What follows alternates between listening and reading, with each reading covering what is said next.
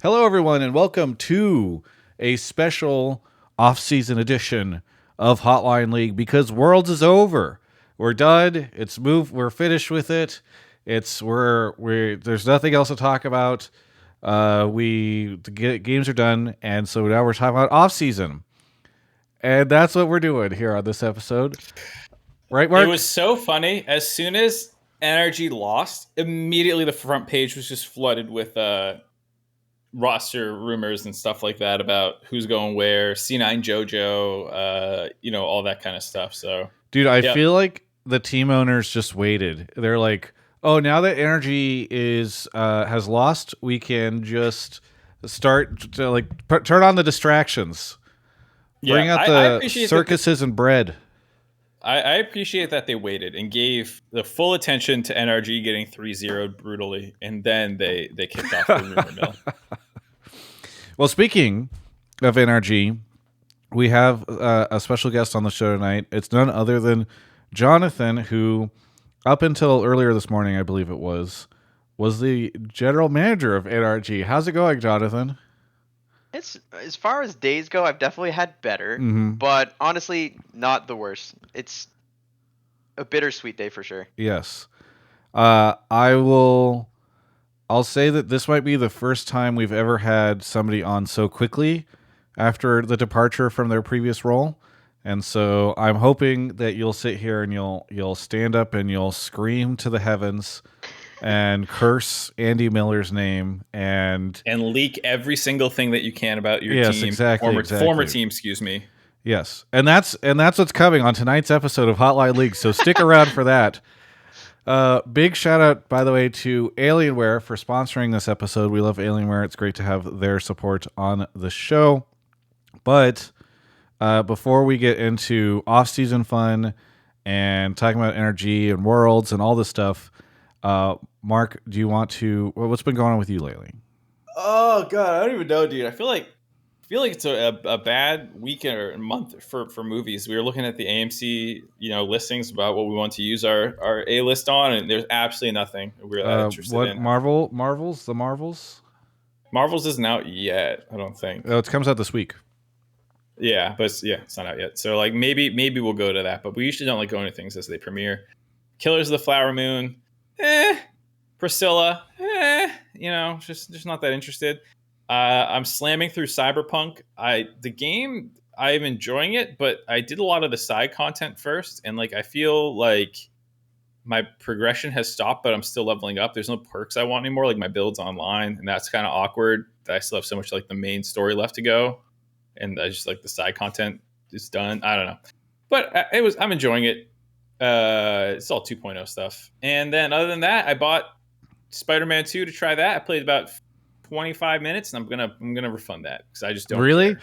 I saw a video last night of you playing it while the cat was sitting in front of the television. Bro, he was sitting in front of the button prompt, so I was getting my ass whooped because he was just body blocking it. Do you think the game would be better if the cat wasn't body blocking the controller prompts?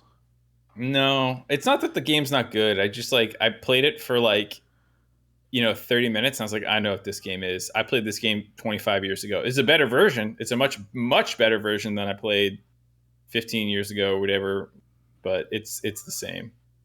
Yeah. All right, well... Yeah, I'm going to do Alan Wake 2, Papa Smithy, instead. I'm going to refund this and get Alan Wake 2. One of my favorite things that's happening right now is that in chat, Jonathon's financial advisor is...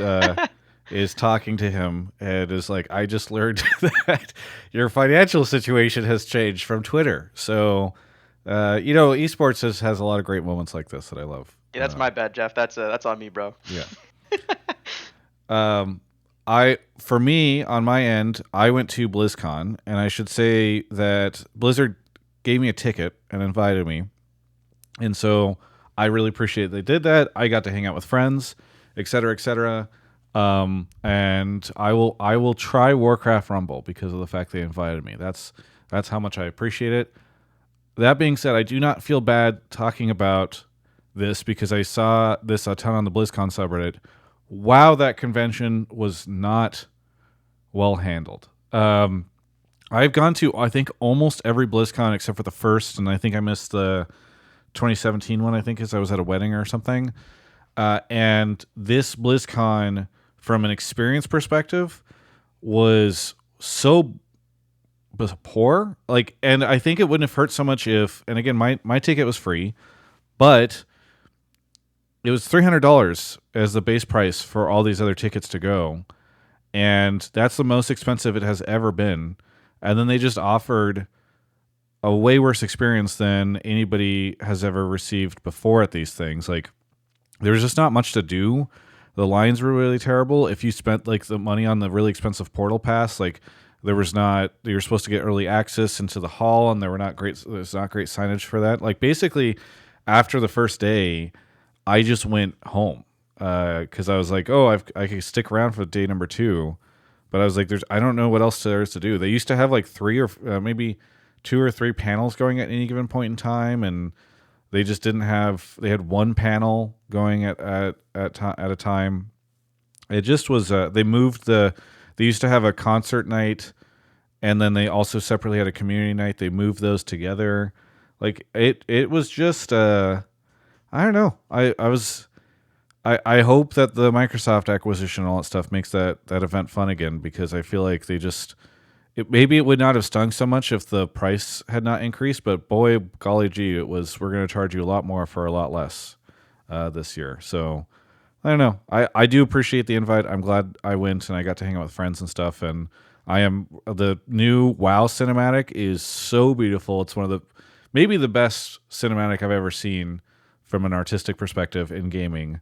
But I was a little disappointed in the way they handled a lot of the conventions. So that was Mark and my updating on non-usual stuff. Well, Steve is in the chat. He says they used to have eSports events. I know they had an Overwatch League thing or Overwatch World Cup thing, and they also had a WoW thing that I think the TL team was competing in. But dude, it's so funny, Mark. This time of year, like, we never see these. Well, every now and then we'll see like Jack pop up, or maybe Papa Smithy. Right now, we have Steve and Papa Smithy and Jack, and I think somebody else. I'm trying to remember. Well, we have Jonathon as well. Yeah, Jonathan's on the show. But it's just, he would be in Twitch chat if he wasn't on the show. He is actually still in Twitch chat as well. I'm in there, bro. I'm never leaving. Yeah.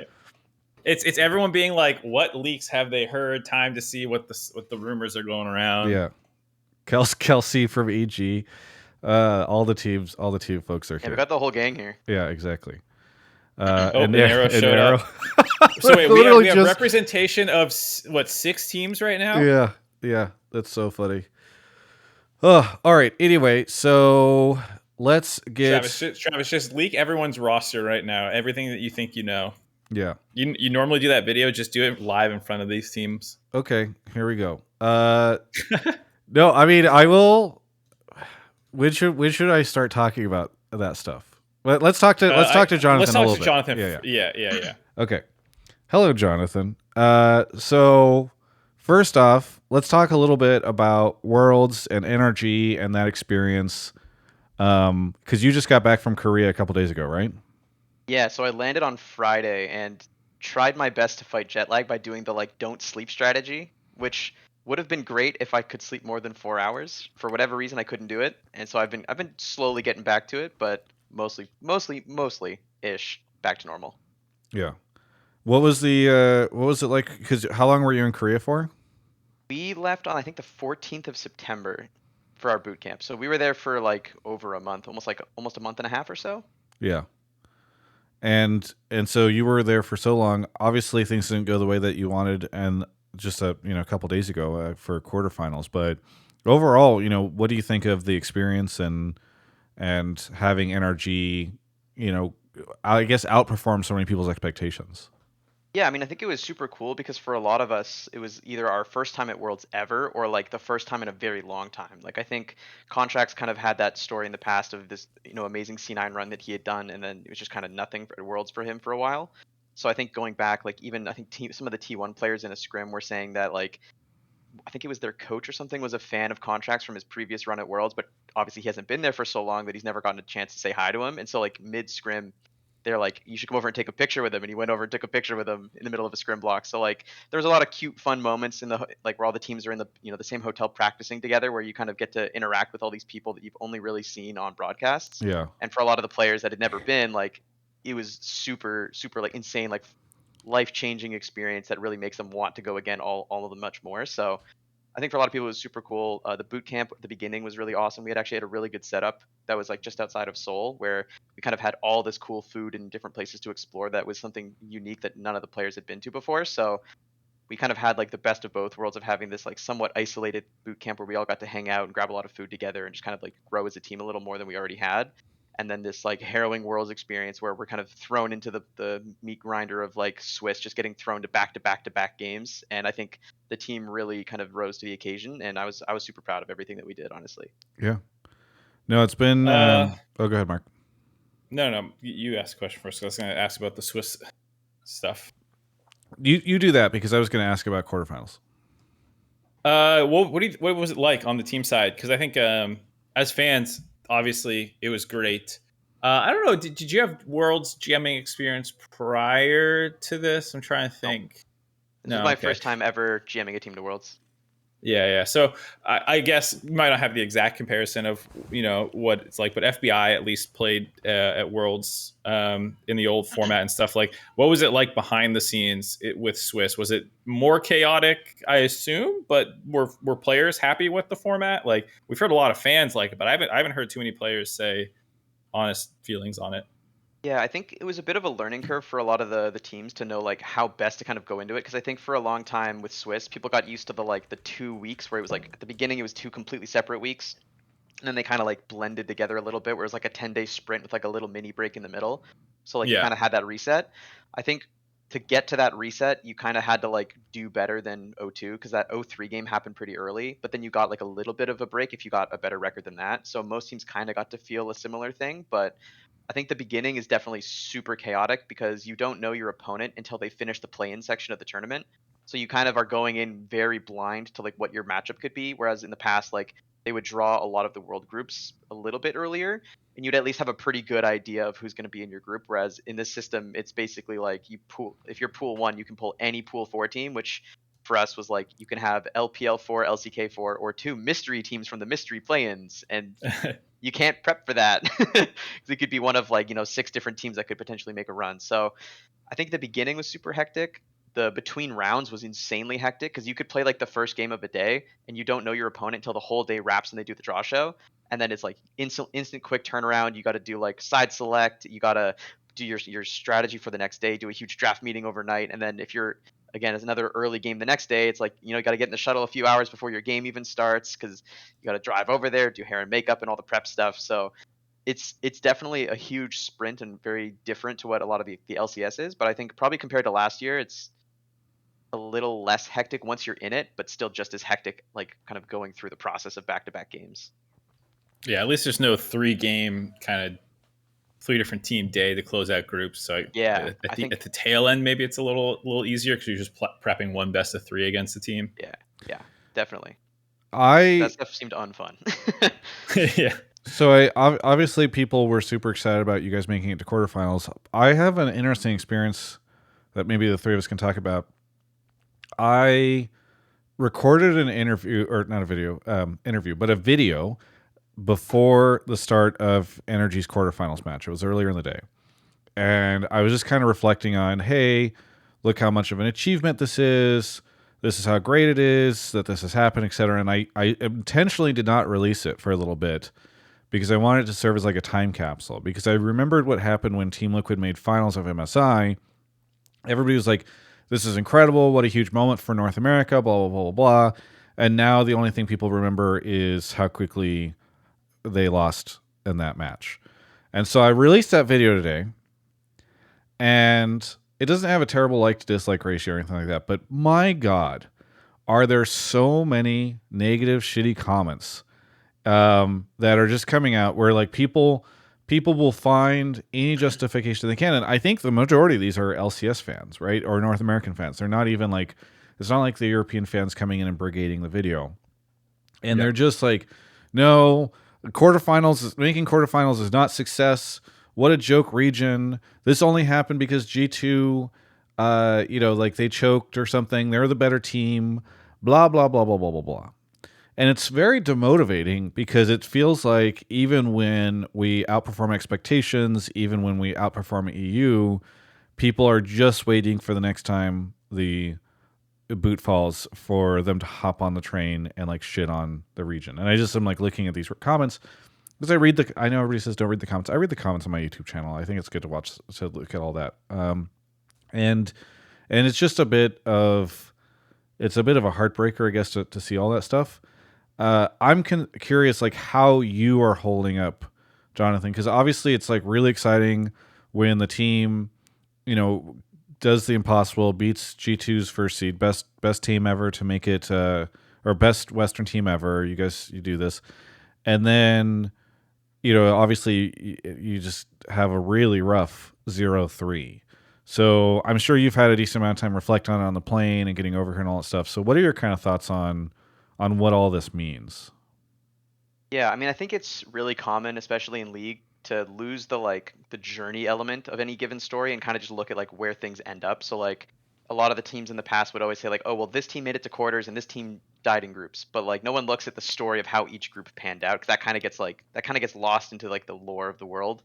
So like there was a lot of years where C9, when I was on C9 actually, where we would kind of have to like pray that like T1 would win a specific game in the group stage to try and like avoid tiebreakers and like squeak out of groups. And a couple of times it happened, and it's like no one's going to look back and be like, dang, thank God T1 went 5-1 in that group and C9 was able to get out, because that's too in the weeds, right? They're just going to see, well, C9 made top 8, so therefore C9 had a great run that year. I think the same thing kind of happens this year, where like in the future people will forget the context of like who we had to play in Swiss or like the specific stories, and they'll just see they made it to top 8, no other Western team did, and then they lost to Weibo. Dang, the West might suck, but at least Energy had a good run. And that's probably going to be like where the narrative settles, but like I think right now we're still kind of like in the recency, so a lot of people are going to be like really tunneled on like the part of that story that they kind of like either don't agree with or really like resonated with. So like the NA fans are going to hold on to like the great Swiss performance. The haters are going to be like, well, they got 3-0, so it doesn't matter. There's always going to be something for someone to grab onto, but I think like, at least in my experience, most of the NA versus EU specific matchups that actually happened at Worlds usually didn't go super great for NA, or they were, slightly losing in those head-to-heads. So having like a year where there were multiple wins by the same team beating multiple EU teams is, I think, at least like a pushing back against the narrative, and hopefully kind of shows like that there's a very high level of parity between those two regions. Yeah.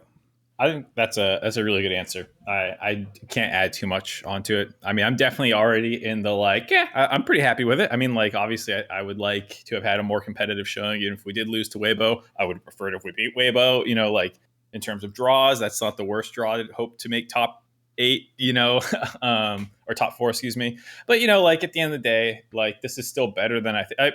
Because like Travis and I were talking about last week, when TL lost, we were dooming and glooming. Like we were like, oh fuck, we lost to Vietnam and yada yada yada. And you can already see that kind of like washing away of history happen as soon as you guys beat G2. And suddenly that's not the main narrative for our region. So like to that point about exactly how you got there or whatnot. Like I feel like hopefully people just remember that this was a pretty good Worlds run from an upstart group that had a pretty crazy summer as well and stuff like that. I see a lot of people in the chat being like, oh, Travis doesn't realize these are just EU fans invading his comments. Go look at the video. I don't think the majority of them are. I actually think that North America has this weird kind of like self-loathing about it, where the fans themselves, going into an event, they're like, yeah, we're a joke region. Yeah, we're whatever. And then obviously whenever something like this happens, they're just waiting to come out and be like, see, even if we made quarters, it's whatever. It is, I think, a lot of cases North American fans. And it reminds me a little bit of the other video I did when I was at Worlds, where I was asking LCK fans what they thought of North America and North American fans, or LCS fans. And one of the comments was like, oh, I hear the region is dying, or LCS is dying, so maybe the fans should work together to put some support and love into the space to like try and help it out. And I actually thought that was really inspiring. And I do think that, the people who, I'm not saying that people need to be super delusional and be like, guys, we're actually the best region ever, blah, blah, blah. But I do wish that people didn't love to just kick ourselves when we're down. You know, it's like so many NA fans are running. You know, EU is kicking us as we're down on the ground, and they're like shoving past, clearing the pathway, and then they just start kicking us too. And I would love to see folks be a little more supportive and positive of our own region and stuff. So I don't know. Yeah, I mean that I did a fair amount of shit posting last episode about just like taking a lot of the conversations that happen after NA does poorly and framing them for like EU people. But to be honest, that wasn't like specifically for negative EU fans. That was for all negative fans, and a large number of them are, like you said, the NA self-loathing fans. And it's just funny to me where like people are going to be like, oh, well, this was like a disappointing end for NRG because they didn't win a game in quarters. And it's like, bro, no one from the West has won a game in quarters since 2020. All right, 2021, 2022, and 2023, no one has won a game in quarters, if I'm not mistaken. Maybe C9 didn't get one, did they? I'll double check, but like I'm pretty sure no one won a game that year either in quarters. Yeah, they did not. Yeah. So like, guys, this is 100% in line with what we've been doing the last 3 years. It's just like you can be disappointed that our regions aren't better, but this is in no way different than like what has become the norm. You can say it's the LPL4, but it's like, guess what? The fucking LCK4 won Worlds last year. Like, these aren't fucking bad teams just because they're a 4th seed. You know, like I was kind of poo-pooing them. I was like, this is our chance, yada, yada, yada. Guess what? They're still pretty good. What do you know? Oh, well. Happens. So, like, I'm not too bent out of shit about it. I think it's just like the kind of like the US is often just like from the perspective thinks that they're the best at everything that they do, you know? But like, guys, we're a small country at the Olympics, you know, like if we medal, we're happy, you know, like that's the perspective you need to have. And I think people just sometimes struggle adjusting that. But that's what I've had for a long time.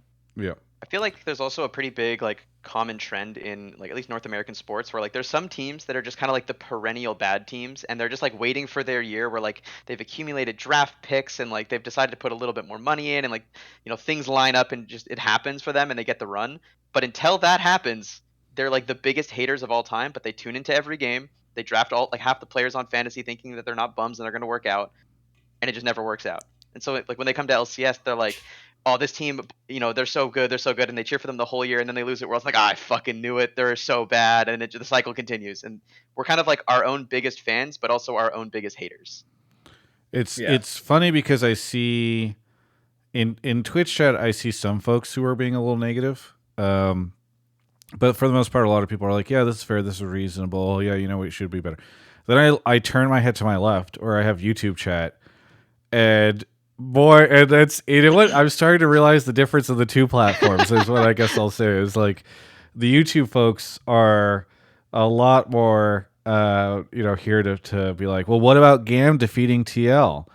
How does that fit in with your imagination? And we've been getting dominated for over a decade. That's why people are so negative and stuff.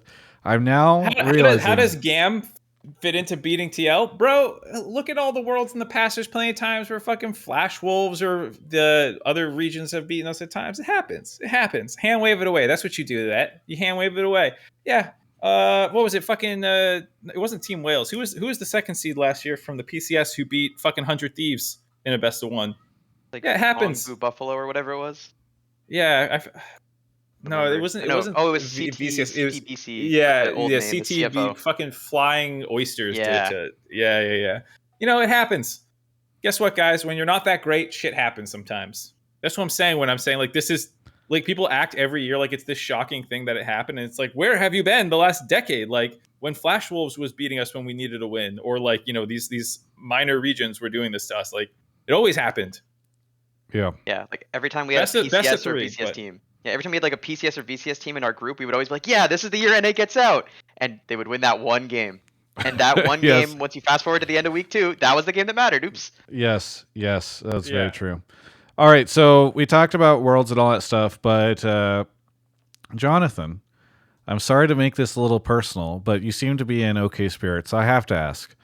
You have this sort of historic run where CLG, starts to rise last year. You run back the roster for spring. Then new management comes in. You make a change in the bot lane. Wow, this team's doing better. Wow, they made finals, but they can't win. Oh, they win finals. Oh my god. Okay, well they're probably not going to do great at Worlds. Well, the only Western team to make it out. And then you come home, you deal with some jet lag, and on Monday, less than a week after everything, you've been let go from your position. So how are you holding up, and what do you think this sort of says about the space or NRG? I mean, I'd love to just kind of give you the floor and share your thoughts on what's going on. Yeah, I mean, obviously it's not a great day. I think the reason I'm able to like kind of take it in stride is that I kind of felt like a change was coming and it was like something had to give at a certain point. I think all the teams in the LCS kind of feel that way. Like there's been a lot of overspend and a lot of just like financial shenanigans going on. So like it's kind of like a zero sum game where like every team needs to find the answer that they're most happy with to make the numbers equal out. And sometimes people are just doing big like player salary cuts, sometimes they're trimming down like the ancillary staff, and then obviously for NRG it was a big management staff cut. So like I think every team is in the similar boat of like having to figure out how best to handle it, and I think it's just going to be kind of like a band-aid that everyone rips off in their own different way. Obviously for me, I think I'm in a decent enough spot to be able to like handle the situation and be okay with it and find something eventually. So like personally, I'm not like super stressed about it right now. At least maybe give me a couple months if I don't find something, then I might be a little more stressed. But for now, at least, I think usually off season is like the most stressful time of year. So being able to just like take a deep breath and relax for once is honestly a nice change of pace. And then I kind of get to watch as a fan a little bit and get excited and see what happens. And then if I can find a way to jump back in, awesome. If not, then I find an adventure somewhere else. I mean, I assume in one sense, and again, I'm saying this only because I feel like you're in an okay place, but this is kind of a really rough time to like let somebody go who's at a GM position, because we are probably 2/3 of the way through the off season build up to building all these teams type, whatever you want to say. And so it's not a situation where you can go knock on somebody's door and be like, hey, whoever's been doing this over here, whatever plans they've built, hire me, we'll throw it out the window and we'll start all over. And it sounds like that's not what your plan is. It sounds like you're looking to take a little bit of time to yourself and sit out for this. But I mean, how are you planning on dealing with sort of the unfortunate timing of this?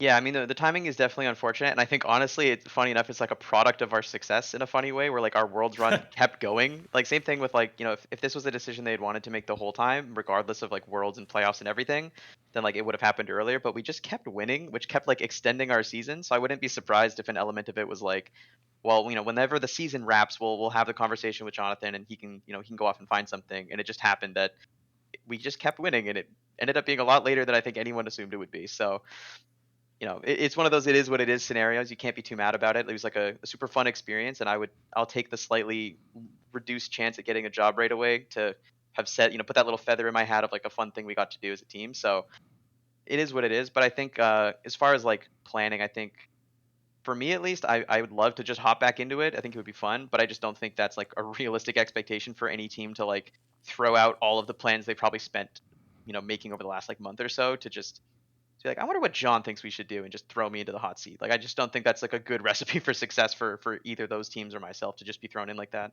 Yeah.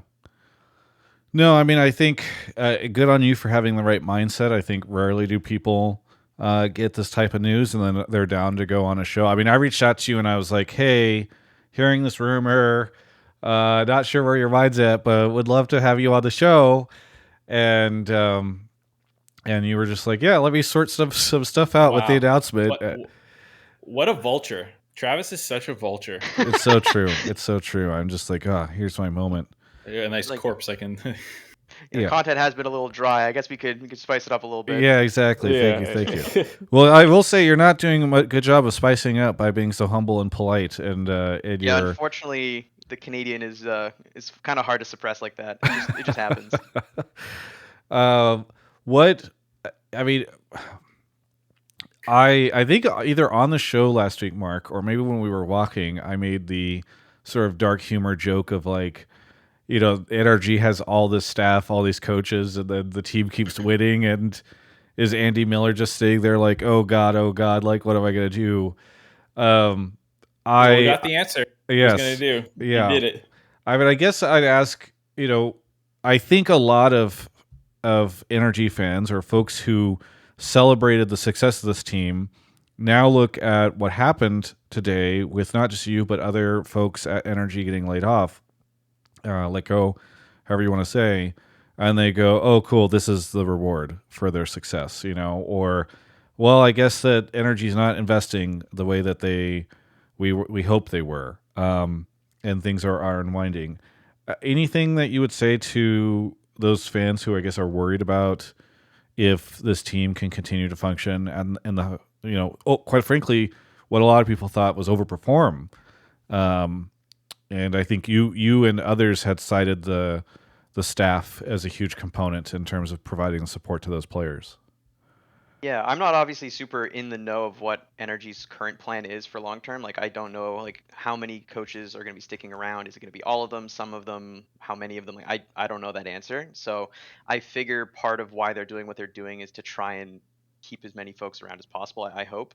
But obviously, I think every team you're probably going to see a similar situation where like there is some element of cost cutting that's going on. There is some thing that's going to change for the worse in the short term for every team, and every team is kind of up to them to figure out like what parts are you going to downscale. So like my hope for Energy is that they can keep the guys together, they can keep as many of the coaches there as they can, and they can run it back. That would, I think, be really really super cool for the whole league. But obviously every team is kind of having their internal battle of like, how do we make this make sense long term, because the whole situation that everyone's in financially is not the best. Yeah. Well, that's a great segue, I guess. Mark, you had something you wanted to say?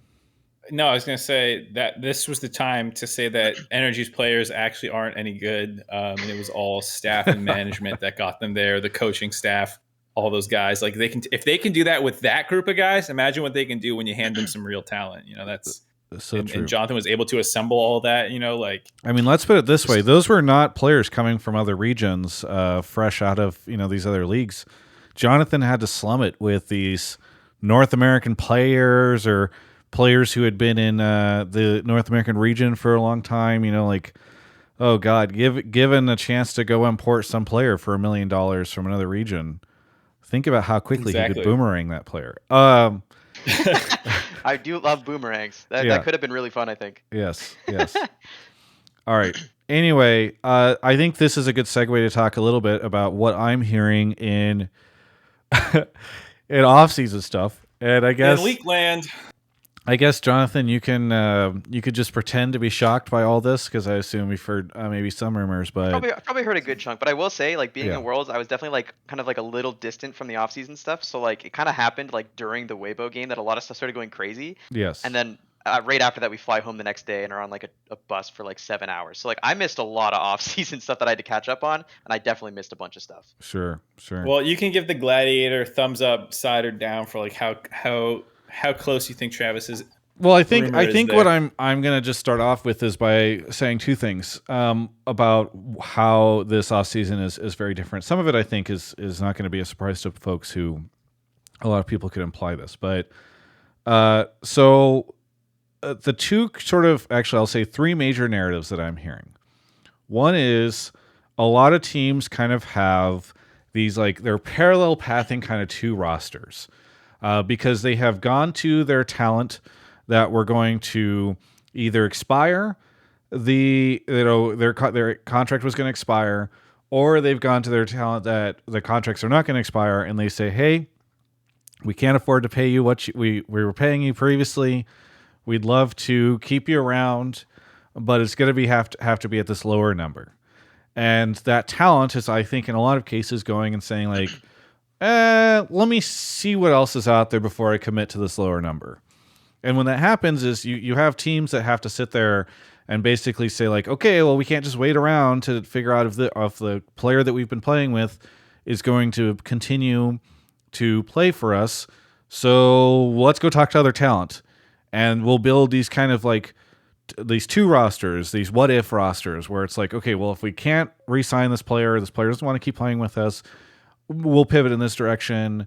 And so you have a lot of kind of like weird stuff that's locked up. I think some of that is breaking through a little bit. My understanding is that the JoJo moment, part of the reason this always happens is often in the mid lane, previously sometimes with Bjergsen or folks like that, everybody's waiting to see where X player is going to go, and then all these dominoes start to fall. I think JoJo was part of the reason why whenever that news broke, we started to hear a lot of other stuff. And by the way, I should shout out Sheep Esports, because I think some of our listeners or viewers are not caught up on some of these things. Maybe you don't stay clued into the Twitter or Reddit sphere, but like Sheep Esports, some nice guys over there, they've been doing some pretty good reporting and coverage of all this stuff. And so we're going to reference some things here that have already previously been reported. I think in most cases it's been from them, and you can go take a look at their coverage to sort of see where they have folks landing so far. But yeah, so the big thing is a lot of weirdness where teams are kind of like parallel pathing these two paths. I don't know, Mark, if John, if you have anything you'd chime in there. Otherwise, I'll go on to trend number 2 that I'm hearing. Yeah, I'll talk a little bit about it. I think it's funny because this is the split where I think it's the most like frequently like kind of coming forward narrative of like there are people parallel pathing, like so you're hearing 2 different names for the same positions and stuff like that. But this tends to happen every split, which is why like I'm the biggest hater of like I've verbaled with so and so team. So like a lot of people are like, oh yeah, I have a verbal agreement, but like it doesn't really stand up to scrutiny very well. So like, you could verbal with 3 different mid laners, and when it comes time to sign the contract, whichever one you countersign with is the one that shows up. It doesn't matter what you promised the other group. So like a lot of teams do this where they have like a kind of like golden, pie in the sky idea of a player they could maybe get, but they want to make sure if that falls through that they're not completely screwed.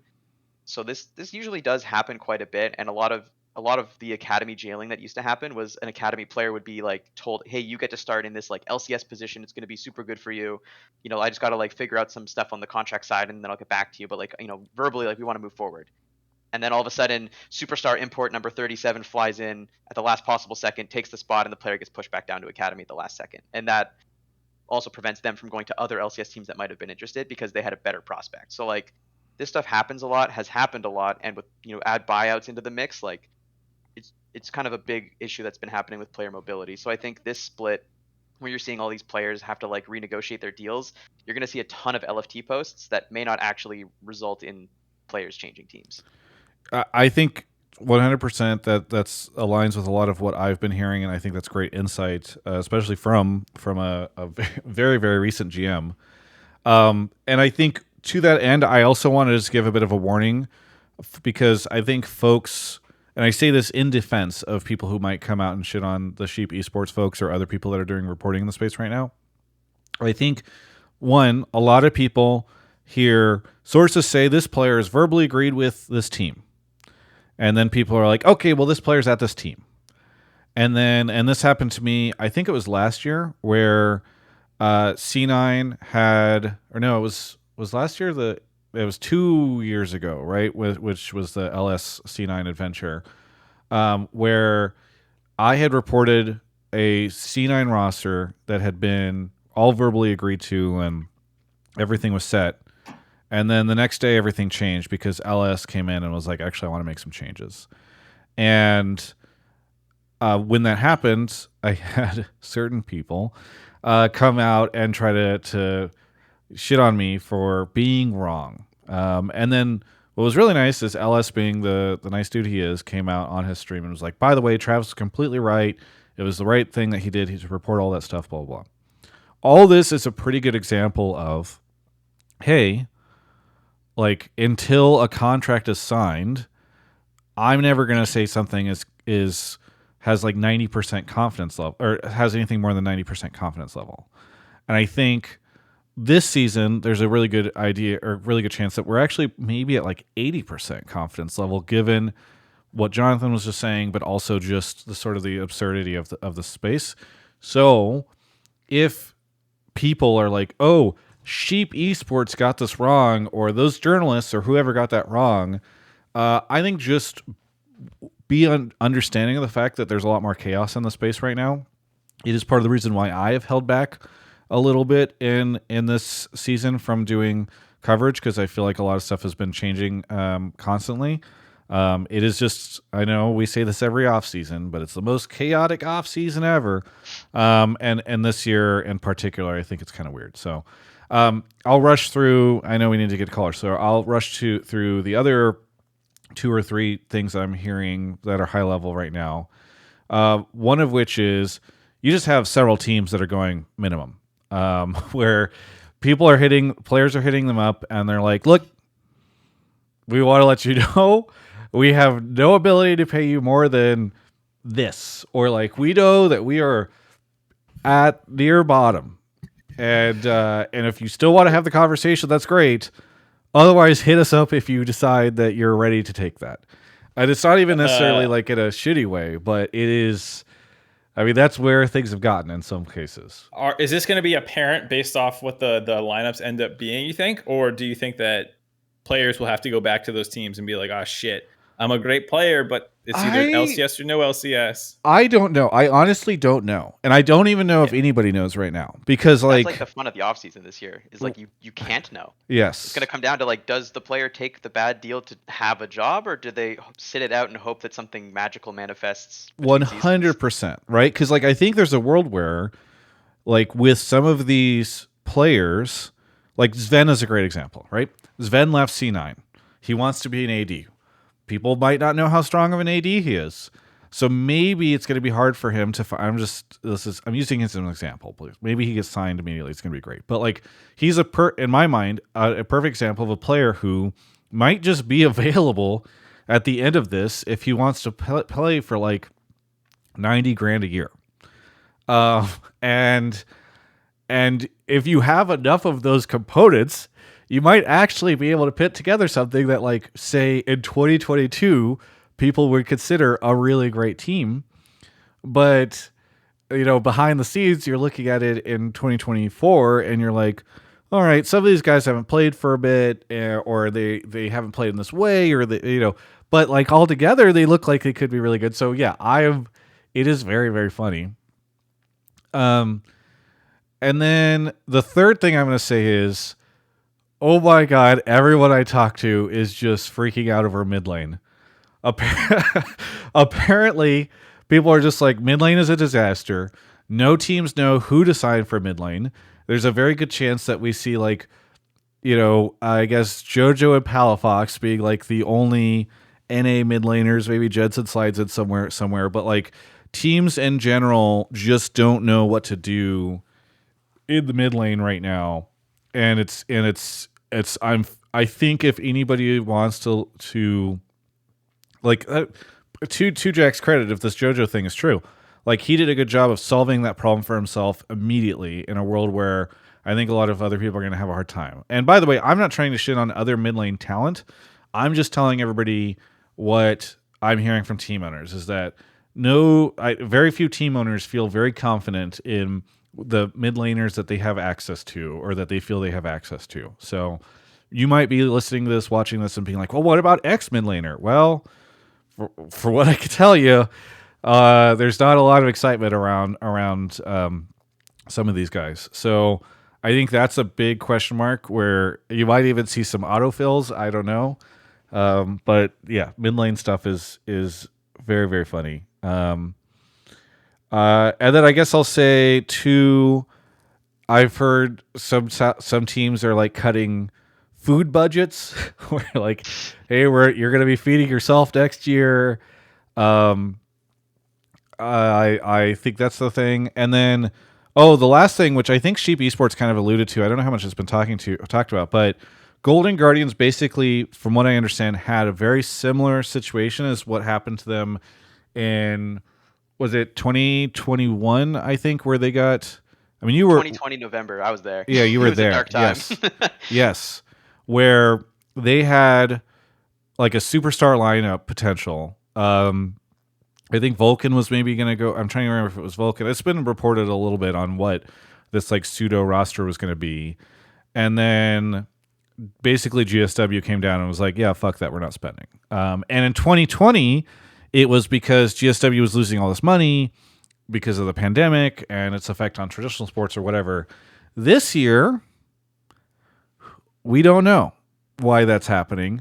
My biggest theory is I think there's a very good chance that this team sells in the offseason. And I don't have like a source being like, oh, they're going to sell to this team or anything like that. But the fact that everything went frozen on them in the middle of this offseason, and there's no clear answer as to why, like I feel like they're a pretty good target for a team to pick them up. And I really hope that all the amazing staff and folks over there and everybody that I like get through that, ended up in an even better position. I am like I do. It's always fun whenever we're speculating on this stuff, but I also think it's really important we all remember the people who are working at these places who might be in a really spooky spot right now, because I don't want to make light of that. But I do think like something is going on over there. I am fascinated to find out what it is. We'll have to see. But yeah. I wish I was a GM just so I could figure out all the creative ways to slash budgets.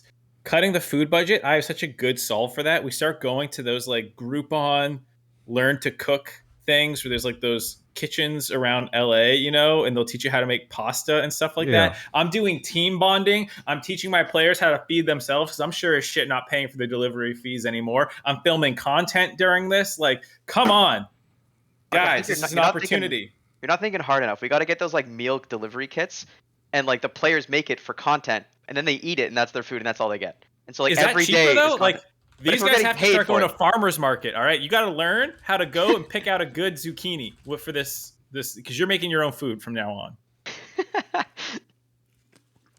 I don't know. It's crazy. Also, I think Impact is probably at Team Liquid now. All right, should we get into calls?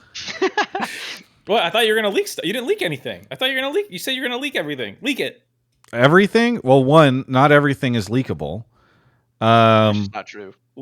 Jonathon, you've got the spreadsheet. You think that this shit is done? Like if it's leakable, done, it's just not accurate. Just say none of this is accurate. Okay, okay. I mean, you want to be the TMZ of esports? Now's the time. Yeah. I mean, okay. One, let's see. What can I say? I think EG is going to go mega budget. I think there's a good chance that they just end up like promoting some talent that's been within their development system for a little bit, and then they bring in some other folks that are sort of North American talent or sort of are on the cheaper side. Like I could see this being a spot for like Poom or Chime or maybe even Treats. I think Golden Guardians is everything's crazy over there. I feel like there's a pretty good chance that Vikla and Prince just boomerang. I mean, obviously, people don't have them in for Fly, but I just don't think that they'll end up landing someplace else. I think Hunter T also goes... What? For the Fly thing, it was reported by the Sheep guys, I think, correct me if I'm wrong, that they planned on doing Bwipo and Inspired. Bwipo Inspired, Masu is their rookie. And then I think that if that ends up happening, they will... I've heard a rumor that through some sort of... like residency situation for either Bwipo or Inspired, they'll be able to land a mid import. So that's how they could run. You know, listen, I don't know if you guys know about this, but we try to figure out the best way to slam as many of these players from other regions onto these teams as much as possible. And I think that there's a good chance Fly ends up doing something like that in the mid lane, which I guess makes sense given how everybody's feeling about like trying to find any talent for mid lane or whatever. But I think Masu was posted as potentially going there, or is as getting promoted, and then I don't know what they're doing in the support position. Maybe Busio. I don't know. I think Hunter T is pretty blown up right now. I know that it's been reported that Sniper is getting put on that team. The Golden Guardians pieces, I think if they're really falling apart, then they might be able to pick up like River or whatever. There was even at one point in time somebody said the name Malring to me. And then someone said the name Malring to you. Yes. It's just in general or in the context of playing for 100 Thieves? It was like, again, I don't know. It's always tough for these. Like this offseason might be when I just go full fucking whatever mode because it's such a fucking clusterfuck to try to report any of this stuff that I'm just like yeah, I hear this and I hear this and I hear this. And people can sort of take it however they want. Getting a pizza, talking like, "How's your week been?" Yada yada. Malring, and they're like, "What?" Yeah, that's how it goes sometimes. Honestly, that is how it goes sometimes in this business. I honestly think there's a chance they might keep Quid. We'll see, especially given the mid lane stuff that I've talked about. I do not think Doublelift is playing for them next year, and I'm pretty sure Busio's not. So but I have heard 100T is going pretty budget oriented. They're going to be on the lower spend side of things. Is everything that I've heard right before. Honestly, it could be a good place for Sven to go if he's down to take a little less money. I feel like he would. 100T's Sven is something I feel like, from a brand perspective, could be kind of cool. For a little bit, I don't think anybody's reported the C9 top lane position. I'm not surprised to see Twitch chat talking about Wonder or whatever. I guess Cadrol said that might be a thing, but somebody else I talked to this afternoon was saying it might not be Wonder. So I don't know. Again, things are kind of going all over the place. Shopify. Oh god. So I think Shopify is really weird. They're probably like I think Insanity is maybe the only thing that's locked in there, which I guess would push us towards 3 North American mid laners. So that might be kind of cool. There was a rumor that Zazel might end up over there. I don't know.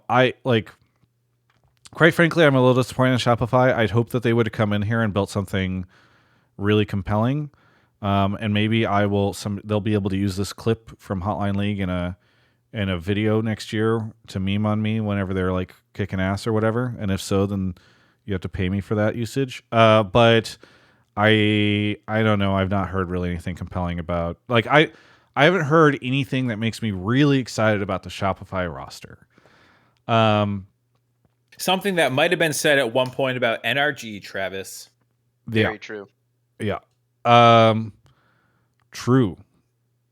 But I think you could still say that about Energy. They did great despite the fact that they were not like, oh my god, they got Palafox. He did not have that superstar reputation. In fact, I have a video from last year that's been played ad nauseum over the last 2 months that I can prove that. That video aged like fine wine. Yeah. I do think Impact is probably back at Team Liquid. There was some pretty big rumors that he was going to go there, and then he tweeted that he was going back home. I don't think it's to C9. So we'll see. I mean, maybe right now Jack and Steve are memeing in my chat while also messaging each other on the side about, hey, back off, he's mine. But are you sure he's not going back to T1? Because that's when he said back home. I was like, he's had a lot of homes at this point. Where? I don't think that's happening. I don't feel like APA is likely to be playing for this team next year. I actually kind of feel like there's a chance that they try. What was it? TLCK 2.0 or whatever for next year. So it's Yon, Core JJ, Impact, and then Korean jungle mid. They keep Pioshik. In the same way that Malrang was screamed at me at one point in time while I was eating pizza, the name Umpty was also screamed at me during that same pizza eating session. So people just scream stuff at me when I'm on the street. And during off season, and I don't know, I'm like, dude, I'm just trying to eat this pepperoni. Okay, why are you screaming this at me? So we'll see. I don't know if that's real or not. How come people don't want an OK bro in the LCS? I want an OK bro in the LCS. Yeah. And then on the IMT side, maybe the funniest thing I've heard about this offseason, I don't know if it's true or not, but maybe the funniest thing I heard in the offseason was that IMT was like, yo, Tactical, we'd really... And he's like, no. Cool, they tried to re-sign Tactical, and he was just like, no. Yeah, he's like, no thanks. I'll pass. That would be rough. So I have no idea. And then Dig, I think is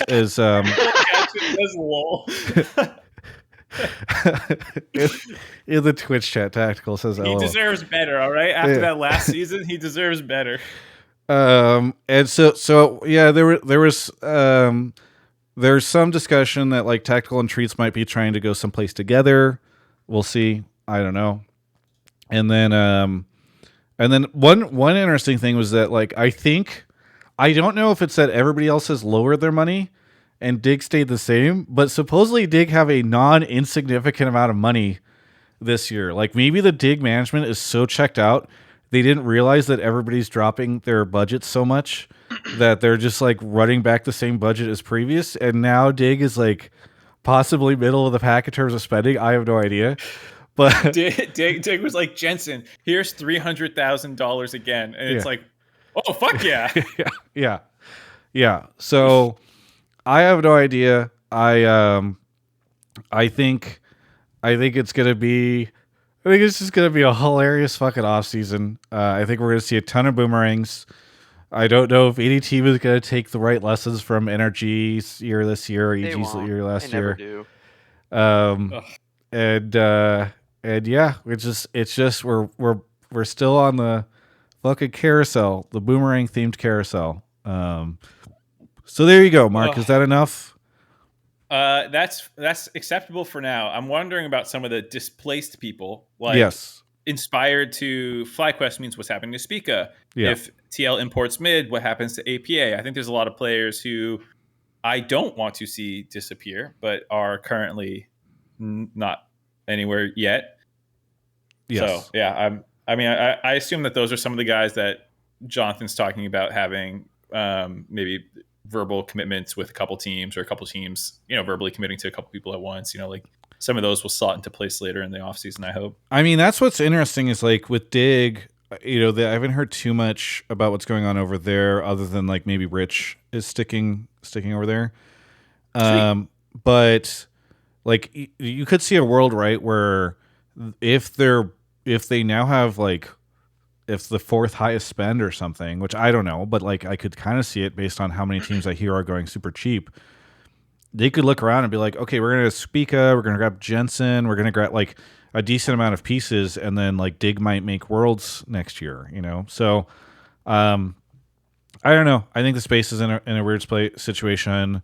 I really do think EG and Golden Guardians are. I released a video last week, kind of giving a metric or meter on where I thought, which teams I thought are most likely to sell sometime soon, and I really do think EG and GG are just hanging out until they lock some sort of deal down. That would be my best guess. So I don't know, but things could change. Obviously, it's not just chaotic in LCS right now; it's also chaotic from an economic perspective. So I do want to call out something that League people might not have noticed, which is that FaZe got bought out by the same company that owns Complexity.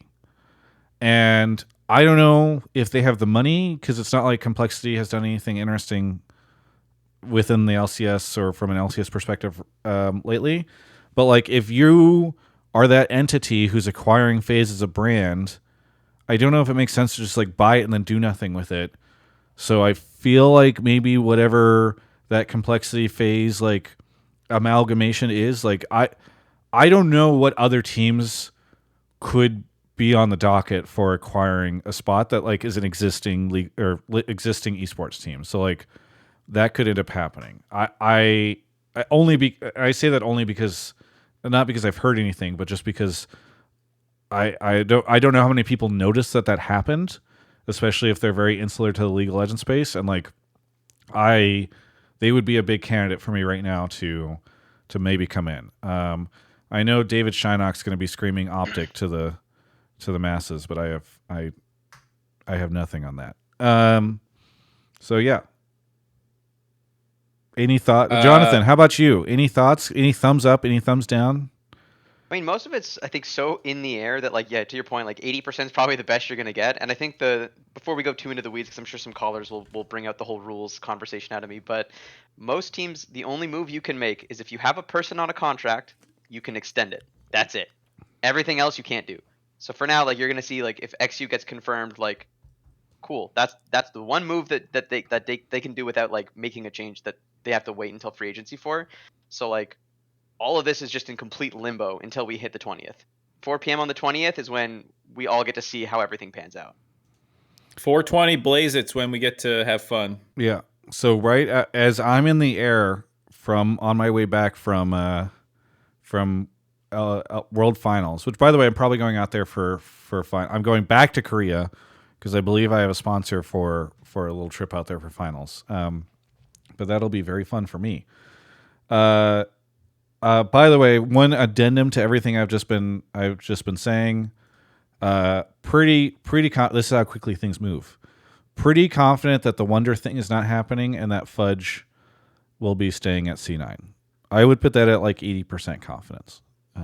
I know a bunch of C9 fans who are haters and NA fans are going to be sad about that. I am not. I like Fudge. Dude, I love Fudge. I think he is a great personality. I think he's a good player. Obviously, things go up and down for him, but I would love to see Fudge remain a C9 player.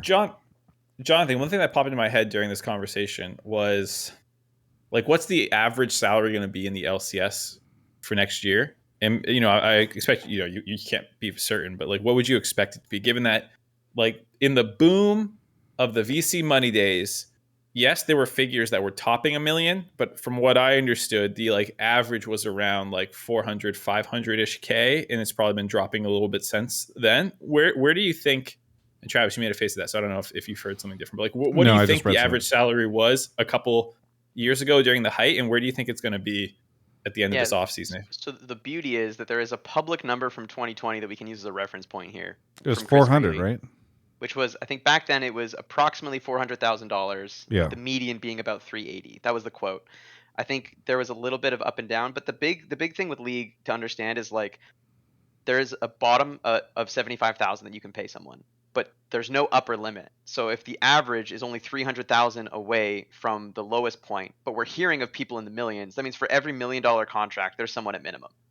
So that's kind of like the internal math you have to do in your head to get to that number. So in a world where all of these super crazy, outlandish, like outlier numbers are just being chopped off, that number flies down very, very quickly, because those were the ones massively like pumping that average up, even if there was like a handful of teams being more fiscally conservative with how much they were paying out. So I think like in a world where more than half the league might be being a lot more fiscally responsible than ever before, you could totally see it go around like the 200 or lower range. Yeah, I would bet that we're in like 175, 200 territory next year. I think there's a really good chance JoJo is the highest paid player in the league next year, which honestly, like, is there anybody else that should be the highest paid player? Definitely a solid candidate. I think. Yeah. Him, Berserker, like I think if all the rumors are true about who C9's putting together, like I think that team, like every player in role, barring maybe one or two, could contend for like the highest salary demands. But obviously, in a world where so few people are paying, you don't really have the same leverage you used to have of like, oh well, if you don't sign me, I'll go to the FlyQuest super team, or I'll go to whatever TL's putting together, or I'll go to this other team. Like eventually, there's just not enough spots for people to claim they could go to that would compete with higher salaries. Yeah, and by the way, a bunch of people in the chat saying like 175, 200 sounds decent. Like, I think it goes back to what Jonathon was just saying, right? Where, yes, that sounds decent, but that's probably not what the majority of players are making. You're going to see, well, I guess it's median versus average, right? Or median versus mean. Yeah. So, yeah. Yeah, talking averages, you got to remember, like, for every time you have like an average that feels like a good number, there's a very large chunk of people that are below that number and a very large chunk of people above that number. Very few people are like on the money there. Yep. Especially in a world like this where there's like spenders and savers. So like it's almost like a bimodal distribution of like a bunch of people getting as low as they can and a couple of people flying a little higher than they should because they want to make sure they're the team to hold the trophy at the end of it all. Yeah. Okay, well, we've talked enough. I'm going to do a quick ad, and then we're going to get in some calls. We might have to go a little bit over tonight, assuming Mark and Jonathon are down. Hey, I got no plans. My schedule's wide open. I got so much to do. Yeah. Well, first off, let me tell everybody about Alienware. Thank you to Alienware for sponsoring tonight's episode of Hotline League and for sponsoring so much of what we do here at Travis Gafford Industries. They've been an amazing partner over the years. Absolutely love them. I have brought I just got back, obviously, from long trip, and in Korea, I had my M18 with me. That thing is a beast. You got to go check this out over at alienware.com/Travis. There's a link in the description. I think sometimes on YouTube we've been having some issues where it's not been popping up, so we're working on that. But please go take a look at this thing. It is just a beast. It allows us to, well, one, it allowed me to continue to game while I was on the road, but also allows me to export wonderful 4K video. It's got this huge screen, which is 18-inch screen, which is just so cool to have with me whenever I'm in a hotel or I'm somewhere where I need to be able to look at footage, review. We've got a vlog coming out soon that we recorded in Korea that's just got some really cool stuff in it that we were able to shoot with Drew. And having this thing has just been fantastic. But as much as I love the M18, it's also been great to come home to my Alienware desktop, which is the Aurora R16. And this thing is super cool. It's a new style, a new look for the Aurora, but it's still got this amazing power to it. It's refined and simplified, and it's designed to be more minimal and efficient for your desktop with improvements in every category. So it's just been a wonderful machine to come back home to. Really love what Alienware is able to do for us in terms of support, not just obviously on the financial side, but also in terms of giving us the hardware we need to be able to make this content and for me to continue to game on. So really appreciate Alienware for sponsoring the show, and please keep them in mind because we've got Black Friday coming up. In fact, they already have some Black Friday deals available on the site, which I would encourage you to go check out. In fact, right now I'm looking at an Alienware Aurora R16 marked down $200 over there with an i7 in it and a GeForce RTX 4070 Ti. So thank you so much to Alienware for sponsoring the show. Let's get into some calls. Mark is off to grab the first caller. Hey, it's been an hour, I think, maybe a little bit more since I've read off subs. So let's look at how Twitch is doing versus how YouTube is doing. Over on Twitch, we have Spud Tugger, Papayar, JP Langley, a Psy Guy, Stinky Kitty Kisses, Hardy Kiwi, Darking, Schmidt Monk, Solomon Mike, Cowiz, Sethi Poo, Hapa Inizu, Mr. Lightning Ying, Morning Starts, Magnarius, Jaffe58, Sissa Splitter, Trevor Bodriel, Shiny Frogy, Thix Nation, hi Thix, The Eternal Cow, Yugi Boy, CB Picky, and Deanie Bay. Yugi Boy. And on YouTube, we have nothing. So let's go ahead and get into this call. Caller, what's your name and where are you calling from? Hello, my name is farmerginge. I'm calling from Calgary, Alberta, Canada, but I'm originally from Scotland. Scottish man. I was going to say, I did not think that was the Alberta, Canada accent. It's definitely not. It's definitely not. Yeah. What do you want to talk about on the show? Okay, so my take is that the NA attitude towards roster building is very much the fat loss pill of the esports industry. The fat loss pill. Okay, like yes. you're saying like the snake oil gain. kind of deal. It's all about Okay. the short-term gain. The short-term It's a gains. scam. Okay. Exactly. That's my point. I think there seems to be this idea, and you know what? I think it's mainly in the West. I can't really speak to the East because I don't follow those teams in that roster building as much. But I think we see it and we talk about it every year, especially you, Travis, that there's too much turnover in these teams, and that is very much the whole idea behind the fat loss pill is the short-term gains thing that doesn't actually succeed in the long run because it doesn't. There's no science behind it. And we can see that anecdotally in kind of the NA roster building scene. I got so mixed up when you said the fat loss pill of NA roster building.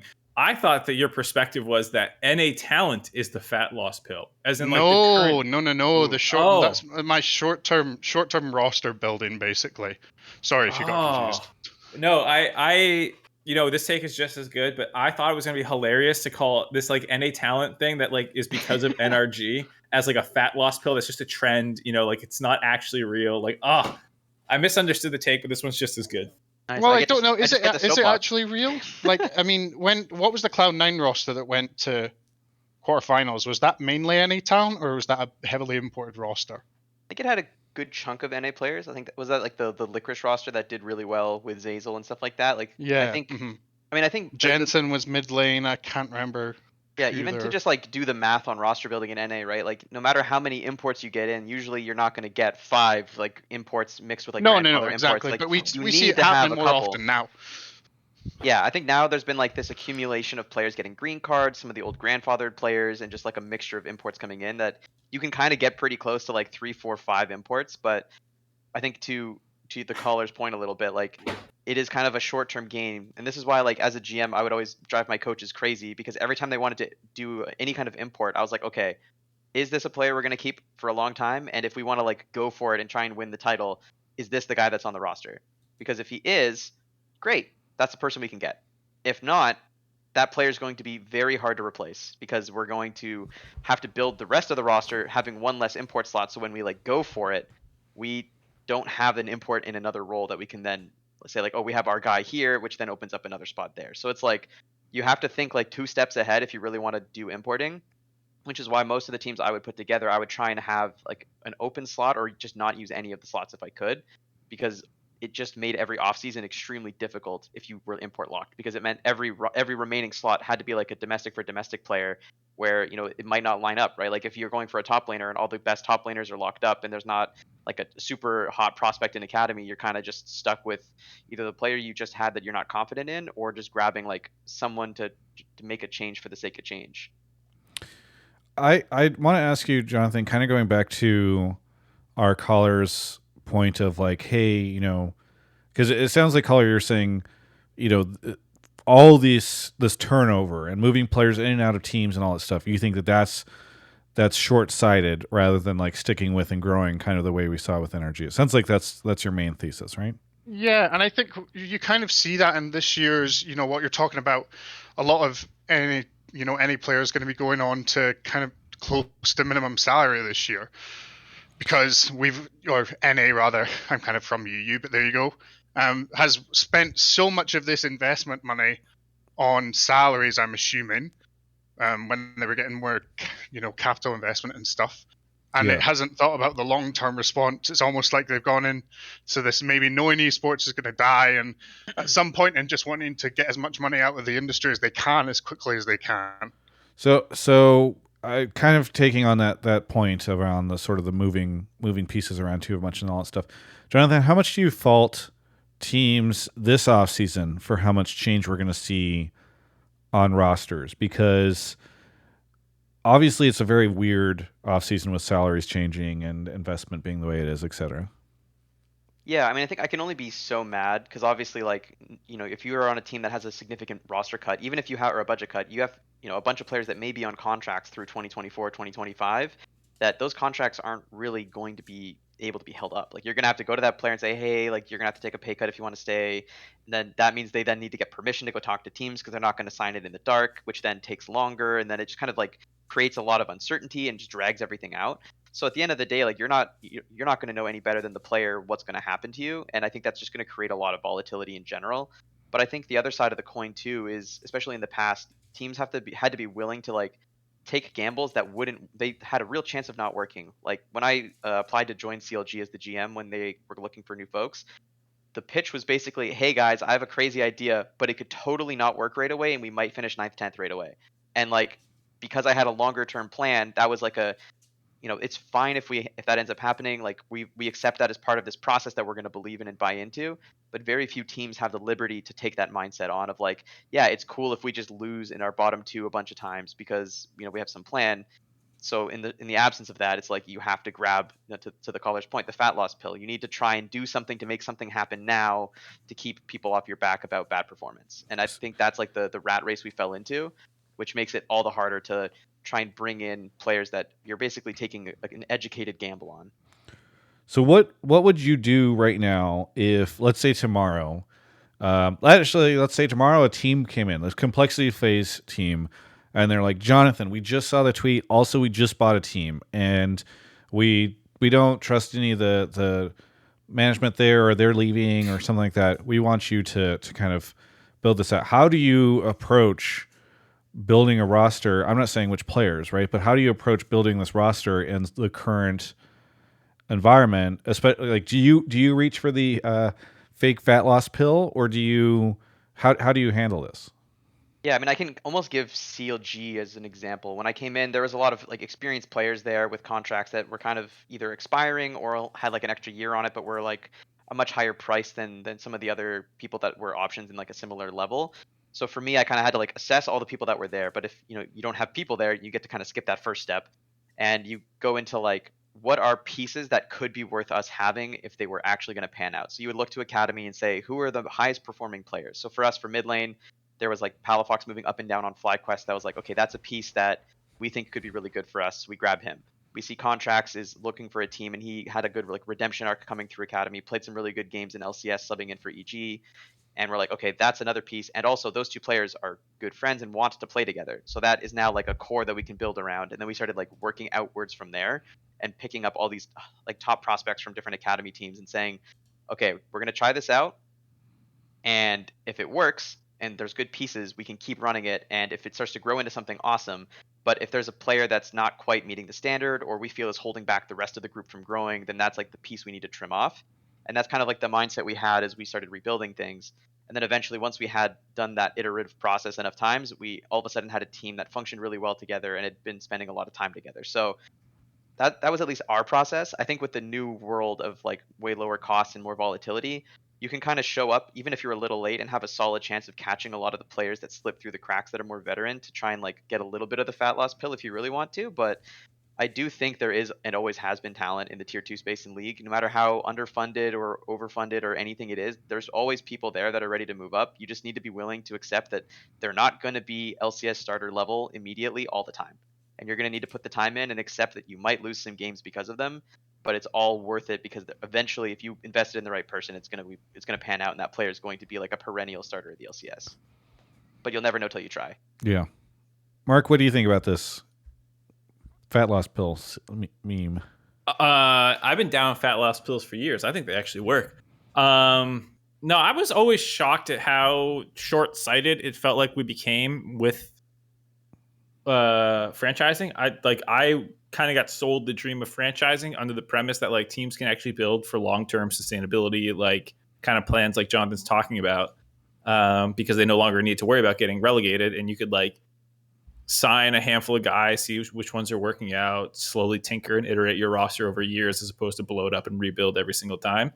And so like I was disappointed that after franchising, it still seemed like 9 out of 10 teams were trying to build for now, and they would sign like a group of veterans that like isn't going to get it done. And to be fair, sometimes that group of veterans does turn out better than I expected. I think Golden Guardians for this year is an example. I think FlyQuest from 2020 is an example that like it can work, and so I shouldn't just like paint all of that as bad. But at the same time, there were a number of teams that I'm just like, I don't know what you're doing. One of them being CLG from, I think it was also 2020, if I'm not mistaken, where it did kind of feel like, I don't know why we're importing Finn. No offense to that guy. I think he's a fine player, but like, he's not going to like he's not so revolutionary for top lane that like you couldn't find an NA player equivalent, or something like that. So, I was always disappointed that more people didn't take this approach that Jonathan's talking about. Like, I would think that like 3 teams a year should be kind of in that mode of like, okay, our budgets can't compete right now, and we don't have great NA building blocks to then like eventually try to slot in great pieces from importing around them. Yeah, and it just felt like it was always on the hamster wheel. So I wish more teams had that perspective a while ago, but I guess they had to. There's some realities of the situation where they have VC people who don't want to like buy into a league and then bottom feed for a year while they try and find players or something.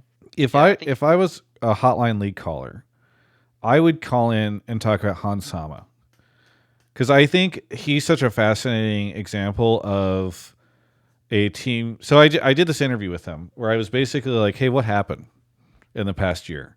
Because you were on Team Liquid, you looked way different, and you also played way different, and you glowed up in both. You glued yourself. You glued yourself. You glowed up in both directions. How did this happen? And one, I've got a great TikTok right there that's talking about how he did basically the 90s girl video meme thing from movies where he took his glasses off and put his hair up, and then he was dramatically changed in appearance. But also He just talked a lot about how he was able to find so much more success and become a better player on G2. And I think a lot about that when I think about this fat weight loss pill situation, where I think a lot of teams bring in this talent from other places. We talk a lot about the boomerang, but also it's just like Hansama is a perfect example of a player who came over, was not great, and then like has crushed it going back to LEC. And I don't know if that's a failure of the Team Liquid system. I don't know what it is, but like we all know it's Bjergsen. Bjergsen's skill vampired his teammates and mind controlled them into being bad. All right, never mind. I don't know what I was thinking about. That's a very good point. It's an interesting point, though, because he was also... Hansam was probably one of the... Well, the only EU import to NA I can think about that's gone back to EU and has actually performed well after being in an NA region. Well, there's been people who've gone back and forth who have like maintained the same level or like gotten better Niski, a little bit. Guess, like, yeah. I was gonna point out BB Niski. Yeah, BB. Okay. Yeah. Good point. Yep. But I don't know if there's anyone who's came over and done like clearly worse and then gone back and returned to their form. Like Hans might be the most recent example, I guess. What about Huni? He was always kind of the same guy to me though. Like I don't think he was radically different bouncing there was that around. one split where he went back to T1 and they got real far in Worlds and he just swallowed his pride and just played tank. That's what I'm talking about. Did the job. He worked a 9 to 5 shift on the Rift.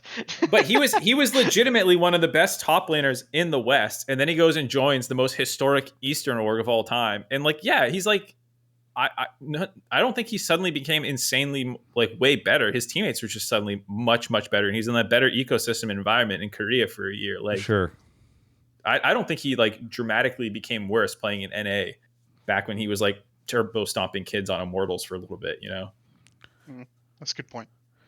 Anyway, I think it's also worth noting real quick before we tangent too far of like, when players come here from other regions, there is also that expectation that they will be the best players on their team. They will be like top 3 in their role, especially players like Hansama, that like that pressure is not something we can just pretend doesn't exist. And I think it definitely hurts players' abilities to like consistently perform when there's always that like looming ghost over their head of like, you have to win. Like losing lane versus any team that is not a similar level to you is like automatically not okay.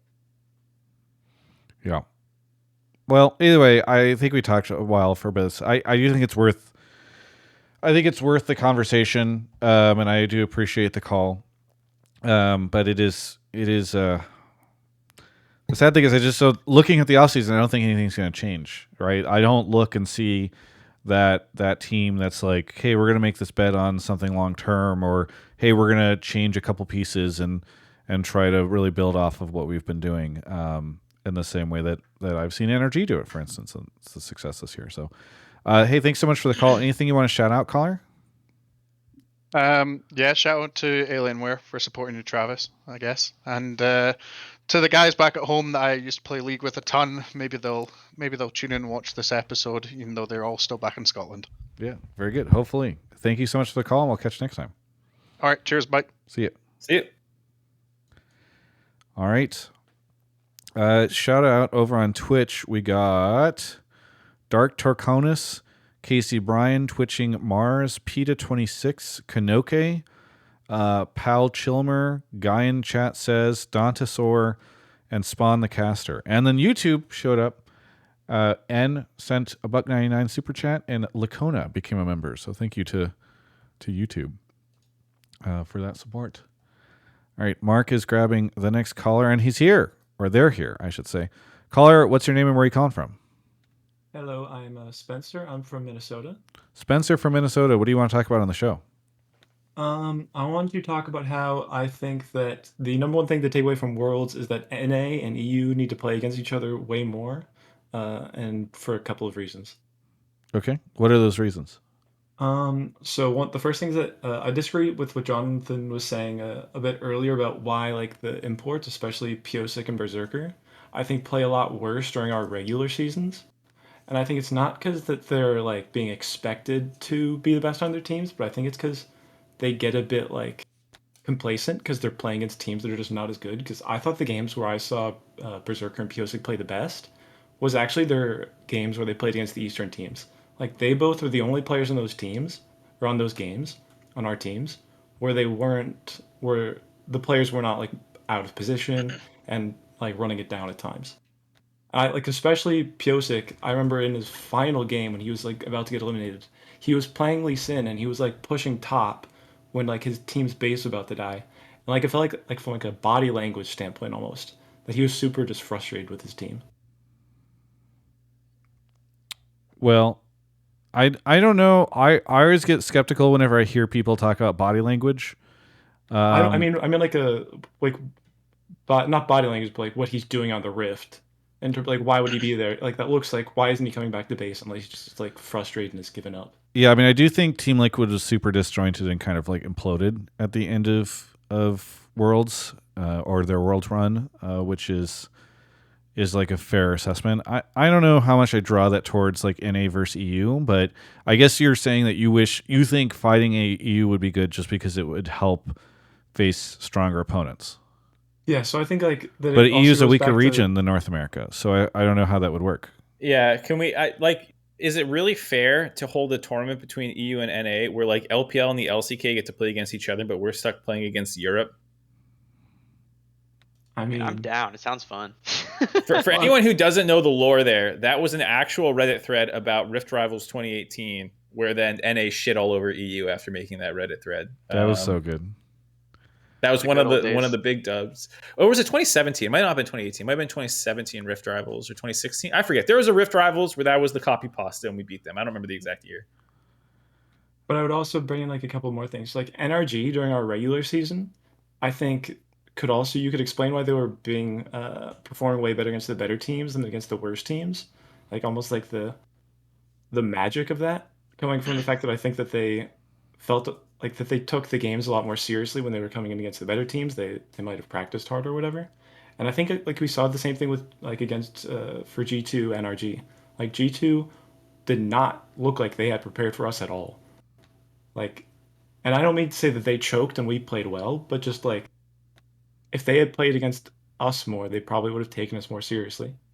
And also on the region rivalry like section, like we are no worse than like even if you say G2 was better than NRG, I think NRG was at least better than Fnatic. Like Fnatic, I don't think could have taken out G2 like we did, like NRG did. And so I mean at worst we're maybe one seed worse. And if like for both regions, if we want the best practice, like to get better, our best bet is playing against each other. Like there's not any better competition. Or I mean at best you could say, okay, you could have G2 play against Fnatic 3 or 4 times more times during the regular season, but it'd be way more interesting, like spectacally, to have them playing NRG and C9. Why is it better for us to play EU than just playing LCK and LPL more often? Because I don't think that I don't think we're that good that we should be like. I think that our number 1 seed is equal to their like 4th, maybe 3rd seed. Well, we did see our first seed against their 4th seed, and it didn't feel like we were equal. And I also think Travis's broader point is that if we are worse than them, shouldn't our teams play against them to try and level up faster than playing against Europe? I mean, I don't know how much they're going to want that, and also like I think that it just wins on a whole bunch of fronts. 1, we're like the best competition. 2, both of our regions love to watch like us play each other. And 3, we don't have to waste the time of teams that are better than us. Like we are like correct competition. That's very respectful of you to not want to bother the LPL and LCK with our fucking monkey. You guys do your own thing. Like don't worry about us. We'll figure it out. Yeah. I have respect for Faker. What can I say? Yeah. He doesn't want to waste Grandpa's time. Yeah. Okay, so let's toss it. I know Jonathon led the last conversation. So what do you think, Mark? There's like some things here that I agree with the outcome that the caller wants. Maybe not all the reasoning in it. Like, I don't feel so bad for Korea that they have to beat our ass a couple times a year. That I'm like, oh yeah, we'll just take our ball and go home and not bother you. Like I still want to bother them. I'm still happy to go up against them a little bit. And I'm sure Jonathon can attest to like the players also want that, which I think matters too. Very much so. Yeah. So like I think players would be happy to play Europe. I'm not saying that they wouldn't be. And in the logistics of planning what I think you're suggesting, caller, in another international tournament, it might be hard to rally all 4 regions there. And if a third international tournament that is of consequence is going to be required or be made, then like, yeah, maybe you can't get all the regions there and just EU is fine. Like, I would think the problem with Rift Rivals when it existed back in the day is that there was no stakes for it. There was no reason to do it. It kind of ended up in the middle of the season. It was hella awkward. No one wanted to go to it, yada, yada, yada. You know, like, and the one that we lost in 2018, people were like making subs. I think like 100 Thieves like sat someday or something, if I remember correctly. Like, I think if there's a 3 split system, putting an NAEU tournament where the top 3 teams go and they're battling for the 4th seed at Worlds that year. You know, Yeah, like I was going to say That would be sick. that would be sick. You're getting stakes on the line, reasons for fans to care. You saw there's a pretty good turnout for 4th seed versus 4th seed already before Worlds. Like, imagine what this turnout would be for like a legitimate tournament. You know, like I think that there is, if you can find a way to fit it into the system without it just becoming a joke again, I think it's worth looking into. But I also wouldn't mind just like more international competition. Like, if they just made a 3rd tournament that also featured Korea and China as well, then that's just even better to me. So like I want as much as I can get. Just really briefly, I was going to suggest something very similar. Play for the 3rd seed, like free spot, and then have one more minor region team. Because I think PSG Talent could have stood a chance against like our worst teams. Yeah, I mean, I guess it's just at a certain point in time, what is the purpose of this turn? You know, like it's easy to sell me on the idea of like NAU rivalry match or whatever, but on the Rift, some sort of rivalry on the Rift match. But I think it starts to get kind of a blurry line where you're like, and then we'll bring one of these other teams over too because we think they're good. I don't. It's just you need to kind of have a narrative around this tournament. I meant that for the impact of the thing would be that who gets to have a 3rd seed at Worlds, we still play in for 4th seed in the minor regions brackets, like play-in stage. Gotcha. Not that PSG would be playing in the EU and Okay. I misunderstood. Sorry. All right. Well, I don't know if Jonathan, you have anything you'd want to add to this? I mean, I think honestly for me, I echo Mark's point a lot of like, I would love to have an event that isn't the like, if you win this, you're the best in the world and like nothing else matters. Like, have just like a more like catered exhibition of like, here's the vibe. It's NA versus EU. We're gonna talk an unbelievable amount of shit. We're gonna make rap videos again like we used to do, where we talk a lot of shit like we did during Rift Rivals, and it's gonna be super fun. And there's going to be a competitive like implication on Worlds format, so everyone has to take it seriously, which will make it way better. That sounds sick. And I think those kinds of like very focused tournaments that like have a clear purpose are great, and something League's been missing, because every one of the events we run is always like Worlds or MSI, where like the whole world's invited, who's the best right now, and like everything matters. It's like, well, it's going to be the same outcome it usually is. Maybe someone makes a cool run and it's fun for a little bit, and then eventually reality comes back and it's the same group of teams fighting each other for that spot like it usually is. Yeah. Well, either way, thank you so much, caller, for the take. We got to kind of speed through because rambled too much in the beginning, but of the show I did, I guess. But thank you for the call. Anything you want to shout out? Mark won something on Worlds, so we also have and Jonathan just mentioned rap, so we have the Shy's back, and thank you to Alienware. Thank you so much for the call. We'll catch you next time. All right. I can't wait for Weibo to win, so that way NRG can say that they lost to the eventual winners, and that KT, just like how KT and versus IG was the real world finals and quarters, that's what Weibo versus NRG was this year. Dude, 100%. I totally buy that. Like, oh, sorry, we couldn't beat the oh, you didn't beat an Eastern team? Yeah, because they were the fucking world champions. Okay, that's like, what do you want from us, man? Yeah, it's tough. We almost took game one, bro. That could have that could have been big. Yeah, that game was painful, man. We didn't talk. I even posted what the caller was talking about in the Discord. I was like, does anyone have any worlds takes? And everyone was like, nah, we don't give a shit. I screenshotted it, but I didn't end up posting it to Twitter. But it's like the entire NA community is over it. I was like, no one wants to talk about game one, like how with better macro they could have won that. You know, like that's always how it goes. That's always how it goes. Like it's just NA checks out. Like there was that Reddit thread, I think, was it today or yesterday? That's like, yo, why is no one talking about JDG as a team? And it's just because people are in the West are checked out. Like everybody's talking about Faker because he's Faker, and then Europe and North America are like, oh, we're out. So we'll tune in for finals. Let's see who gets there. Yeah, yeah. All right, off Mark goes to grab the next caller. I have to figure stuff out with Mark because I'm probably traveling next Monday night, so we'll probably do an earlier episode, especially if there's a ton to talk about. But I don't know how things are going to be looking by then. Shout out to Dante Soar, guy in chat, Spawn the Caster, Opto, and Monet or Monet. I don't know. Either way, thanks everybody for the subs. YouTube, you're quiet over there. All right. I'm looking at you. Chat's slow. There's no super chats. You know why? Why do I stream on YouTube? Maybe I shouldn't. Okay. We got our next call here. Caller, what's your name? Where are you calling from? Yeah, this is Mogul, and I'm calling from Washington, D.C. Mogul, what do you want to talk about on the show? Yeah, so I wanted to talk about how TL is going to end up losing quite a bit of fandom and likely reputation within the NA community if they actually end up dropping APA and going another TLCK year. What fandom and reputation? Well, the TL has a pretty big fandom in my opinion. I am a TL fan, as much as I would get criticized online for some reason for saying that. I mean, I'm half memeing. Since 2019, I've been a super TL fan. Yeah, I'm half memeing. I think, especially nowadays, they are probably still second or third most popular team in the league.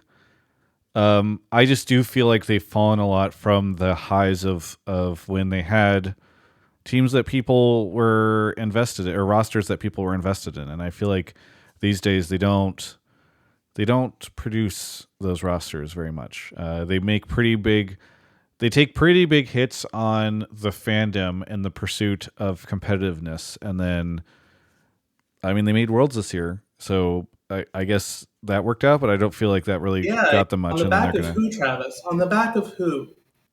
Was it the Koreans? I don't know if I would say on the back of APA. Tweeted in halfway through the split. Do you feel like APA? Well, I agree that APA coming in helped them out a lot. Who did he replace again? Did he replace Summit or Pioshik? No, he replaced Harry. I will admit he was also from Osh. I will admit that. I don't know if I would consider APA. I don't think APA put former world champion Pioshik on his back and carried him to Worlds. I would say that, Travis, because without APA they got 8th place, and with APA they made Worlds. So you know what? I've come around to the caller's point. APA is king. I think it's also worth doing the thing we talked about earlier of let's rewind and actually look at the context. Let's look at the playoff run to see who TL went through to get their run, right? So they lost to Energy in the first round, and then they beat EG to lock top 4, and then they had a very, very, very close best of 5 with Golden Guardians, who then went off to kind of fall apart afterwards, right? In another universe where somehow GG wins game 5, there's a solid chance that TL loses that series to BDS, and we have the exact same narrative we had, where GG still burns out and has a bad time, and the nameplates are just flipped. So that's actually a really interesting thought. Yeah. So to a certain extent, I think it's obviously they had a great run. They made Worlds and they made top 3. They got to the finals in New Jersey.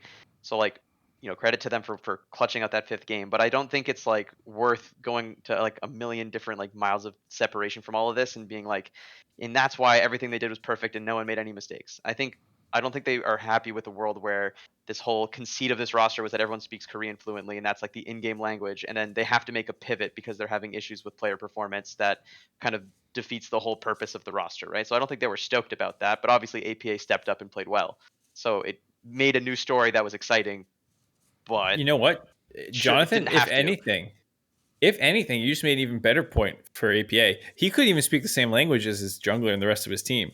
They showed the player comms from one of those team fights mid where they don't say anything to him except one time Jan's good job, APA. And then they go right back to all speaking Korean. Imagine how good this guy will be on a team where he can actually speak the same language. Yeah. Another And I point think for the caller. Yeah, and I don't think it's ever super simple, right? Like I think there's a total world where TL could have just like rebuilt this roster around APA and bring in a bunch of like journeyman players to try and like reinforce what they had, and it could go great. But there's also a world where we saw some of APA's weaknesses at Worlds and other places where he was just struggling individually, and that could happen again. So it's like I don't think it's ever black or white or one way or the other. And that's the struggle of it all. Is there's no right answer, and that's why so many people take the fat loss pill and are like, fuck it, this is the highest chance of us winning now. We don't know what's going to happen in the other alternative world. Let's just live the simple truth of trying to win now. Yeah, I And wish think fandom kind of follows whatever team is interesting enough. Like you just need a story and you're good. I wish that I agree with the caller that Team Liquid will continue I would phrase it as Team Liquid will continue a trend of losing fandom and losing quite frankly, just folks cheering for them in general, if their answer to this year is, well, let's see how many more import players can we like cram into this bus, like we've got Impact, great, that frees up another spot for us to bring over another player from another region. Our problem in 2022, we just didn't Korea hard enough, or 2023. We just didn't Korea hard enough. We need to figure out an even better way to Korea harder in 2024. And I wish, like, they're all talented players. I'm not trying to say anything against anybody who speaks Korean or anything. People will try to twist this shit whenever I talk about it. But I would love to see them come out and say something I know they won't say, which is, hey, everyone, for a long time we've tried to take the fat loss pill and try to just grab top talent, and then we rotate them out. We've now gotten to a point where, can you think about this? If Impact comes in, think about their top lane position. They will have just done a full wheel. No one cares. Every year. The boomerang came back, they threw it out, and it came back again. You know what? You talking about this has changed my mind again. You're saying the problem is like, oh, TLCK 2.0 Korea harder. The problem was that they believed in young talent. They brought Jan and Harry. That was the problem. So they'll keep Piosik then and Summit. Yeah. No. You bring in Impact because he can speak Korean. So then you can get another import slot for mid lane. So now you keep, or you get I don't care. You get 4 Koreans.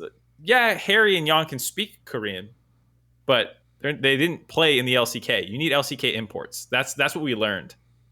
Showmaker, perfect. Bring him over. Did you see Piosik talking to Showmaker and selling him on the LCS? Showmaker has felt so much pressure these days playing in the LCK. He's going to feel so relaxed here in North America. But like, all right, are we cutting budgets? Can we even afford Showmaker right now? I don't think Team Liquid's one of the teams I think that will probably still be above the average of spending in the LCS. Travis, I initially was with the APA call. Now I'm back on the other side of it. You made me think about it more. What failed this year was not the Korea part of TLCK. It was the young talent part. And I don't think we should invest in them. Wow. Mark, you changed, man. What we've all learned is that Mark is going to be a new team owner. He's the one that's buying one of these 2 teams because he is excited to drop any kind of hope or desire to invest in domestic talent. Mark wants to slam that slot machine as fast as he can to get new big name players from other regions into. I'm gonna go around to all the VC firms I can, asking for a couple more shekels to slot into the machine and keep pulling that lever. Mark, isn't it? I don't. If you're Team Liquid, how are you not exhausted of this at this point in time?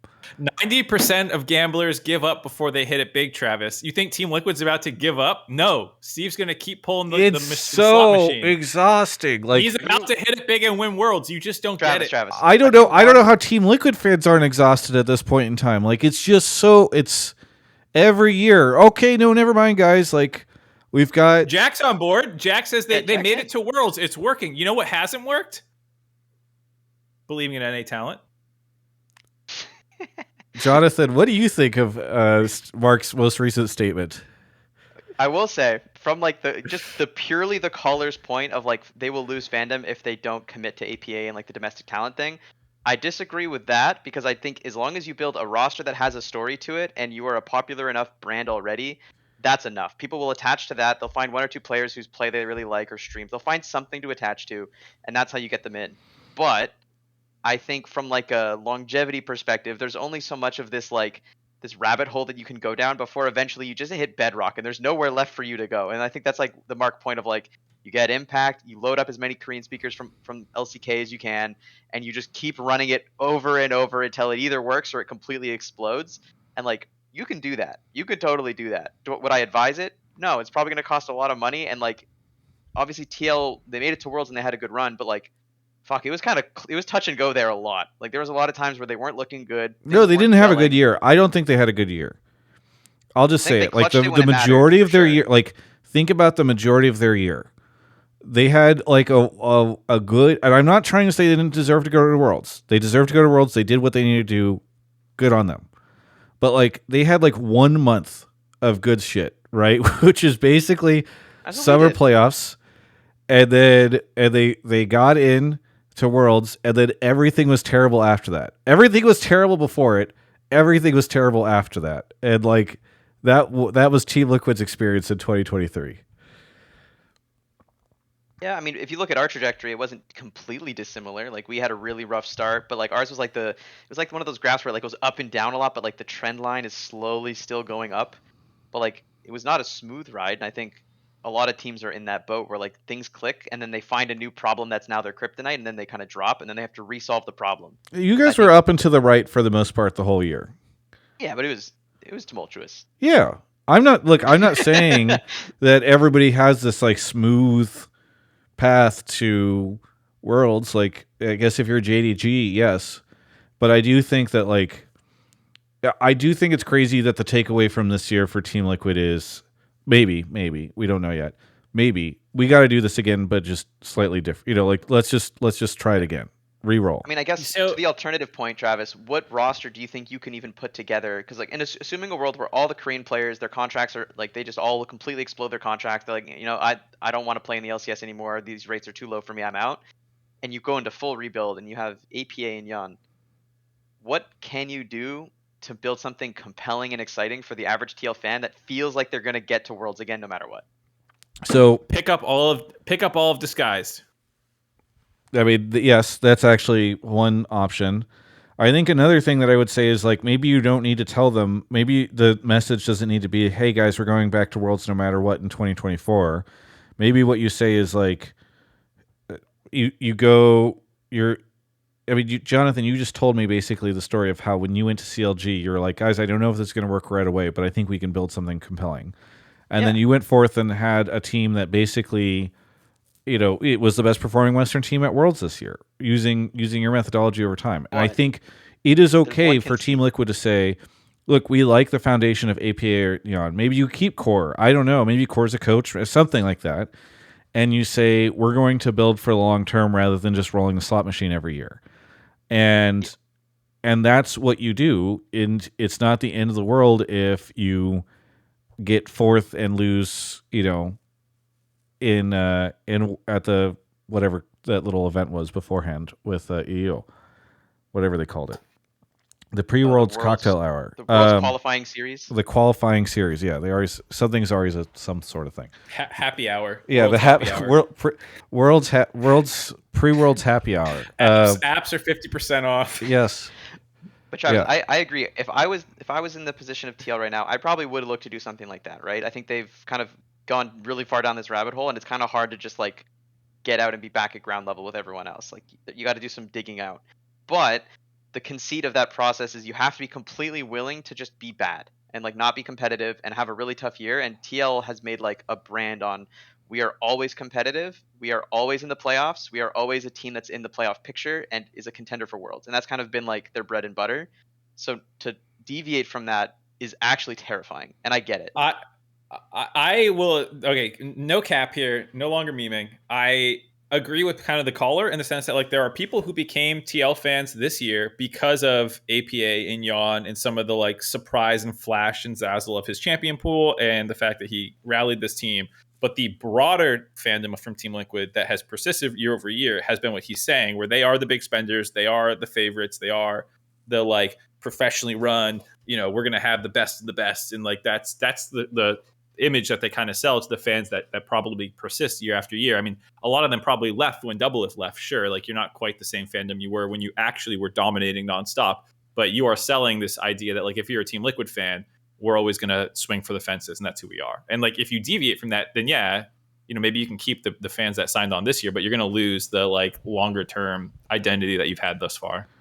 My favorite thing about what's happening just now that has nothing to do with the conversation we're having is that someone in my chat on YouTube is complaining that there aren't timestamps for this episode of Hotline League that they're watching. Dude, you're so fucking lazy. Live on I can't YouTube. believe you would not do that, Travis. That's fucked up. They just don't realize it's live because they're so used to just clicking the button over there and watching the VOD. It's kind of rude that you lied though, and told them that this was an episode when it was still live. The YouTube audience is going to take a little bit to level up and catch up to the Twitch chat. I think it's going to be great. All right. Anyway, let me just say this.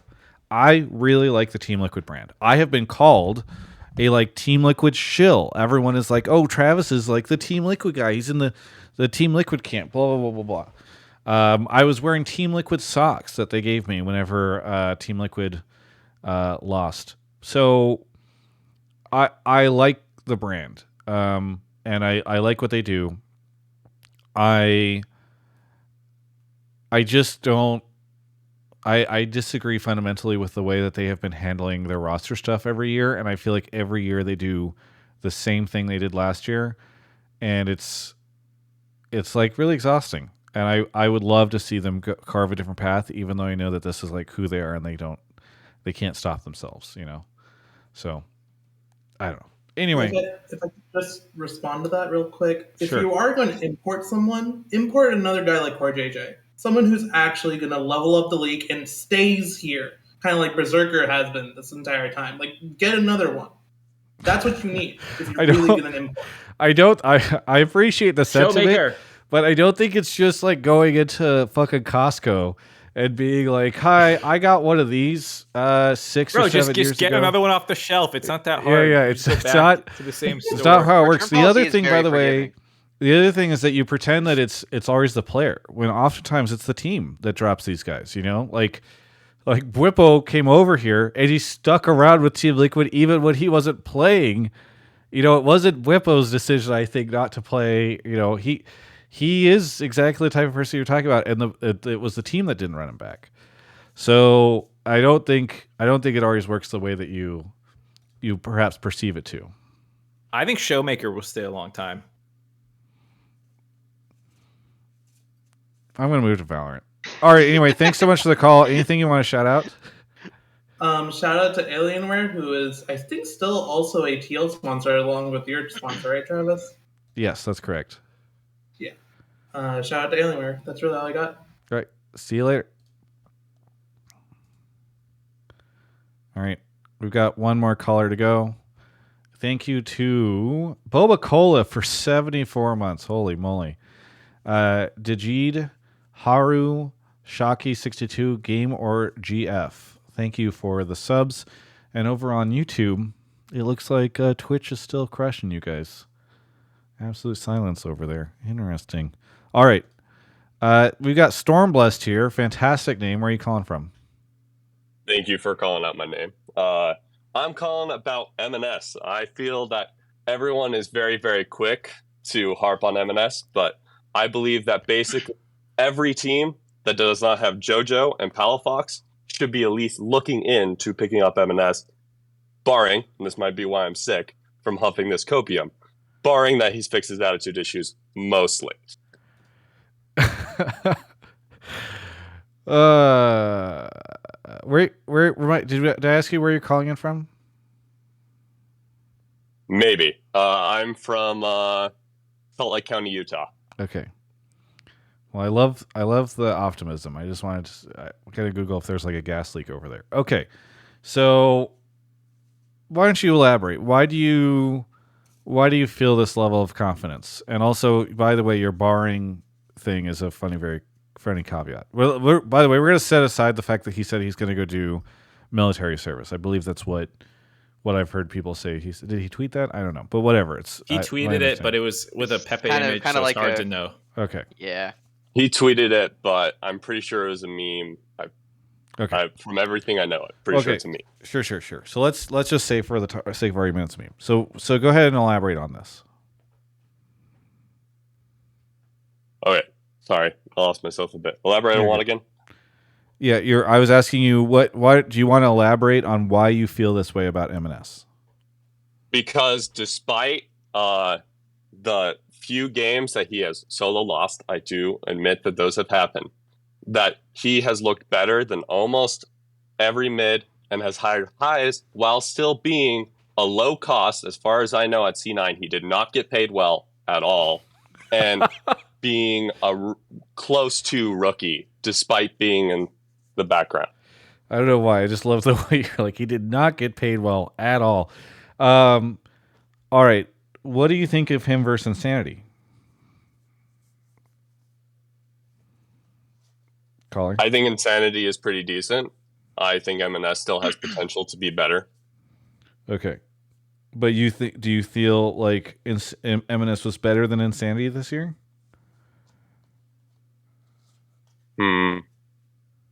At points, definitely. But near to the end, when I think he was trying to change his play style to be a bit more tempo-oriented, bit less carry, I feel that probably about even. But I feel like Insanity is closer to the top as well. Okay. This is mainly for most of the upper mid-tier teams, and not so the top of the top. Yeah. Okay, so it sounds like from your rankings, it sounds like EMENES is at best kind of like middle of the pack. Is that fair? Because it sounds like you have him at most of the time at like 4th place. 3rd, 4th, yes, about 3rd or 4th. All right. And you think he was better than APA? It sounds like. Generally, yes. Okay. I look at EMENES and I think, okay, this guy was put on a roster that where I think almost everybody who goes to C9 looks better than when they leave C9. It feels like a general rule of thumb, especially shortly thereafter. You know, like Licorice has built back up, but for instance, he was a great example of somebody who looked a lot better. Zazel, I think, has had a tough time, et cetera, et cetera. And so, in my mind, whatever C9 systems, or quite frankly, probably just the fact that they're playing with somebody like Blabber, I think that really helps buoy a mid laner in particular up the rankings. So in my mind, like at best, I think that EMENES is like middle of the pack in a pretty weak mid lane pool, quite frankly. I don't feel like LCS had like this super strong mid lane pool this year, and I think we're seeing that play out in off season as GMs and team owners are panicking to try to figure out who to place in these positions. When he came to Cloud9, people were very aware of his personality struggles and his behavioral issues in the past. And we were kind of assured that this was not going to happen now, it was going to be better, etc. It does not seem like, even if it was better, that it was like resolved based off of how things went this year. And so if I'm like a person on a team who is looking at my roster and is like, I have to use an import slot on this player, and they seem to be pretty chaotic, and they probably looked better on that roster than the look on mine, I don't see any reason why I would be like, oh yeah, this is the guy for me, is I guess what I would say. Travis, why are you playing armchair GM when we have a GM on the call? Because, well, a former GM, to be clear. Yeah, I guess he's an armchair GM now as well. Yeah, exactly. I'm washed. It's over for me. Mark, let's just say I'm as much a GM as John is tonight. You know what I'm saying? Just kidding. Jeez. So, well, yeah, Jonathon, you would run EMENES right now, right? If you could. So here's the thing. I talked about it before. of like the test you need to pass for me to be like excited to put you in as an import player on a team that I work on. Are you like a revolutionary top 3 in your role, gonna stick around for 3 years, piece? And if you don't pass that test, it's like it's a hard ask, you know? Like you need to really be like above a lot of the domestic talent, and I don't think he necessarily passes that test. I will say from like seeing him at LCS every day, he would literally go on days where his team either wasn't playing or like, you know, he had an early game and he would sit in the studio and watch the whole day. Like he is like an LCS super fan. So I think like as far as attitude is concerned for like interest in staying here, if he had a team that was exciting for him, I'm sure he would probably be down to stay. But obviously for me at least, the ability to like move pieces around, like that drops dramatically when you lose import slots because the world starts to kind of shrink. So like if you have, you know, 2 import slots already locked, the world is no longer accessible to you, except for replacing those 2 import players. So for me, it's like I always try and keep pieces as like open as I can, so that when I do choose to like move a player, I'm not restricting myself. So I probably would kind of like caution against it, but like I think for the right team that's like in need of someone like him, it could actually be a decent way to like have a journeyman player that helps level up your players if they're going to be surrounded with like younger players. But I don't think it's like a slam dunk or anything like that. I think. So, so do you I, think that? Oh, sorry. Go on. I hate Mark, this. go Yeah, for it. I was just gonna say, I think based on what Jonathan said there, I think there's also maybe another world where you've built out most of your roster, and as Travis was saying earlier in the call, people aren't super thrilled about the mid lane prospects right now, and maybe there's not one that you see a long term future with either, who is a North American talent. And so at that point, you have a slot open, let's say hypothetically, with your import slots, and you don't have another North American prospect you believe in long term.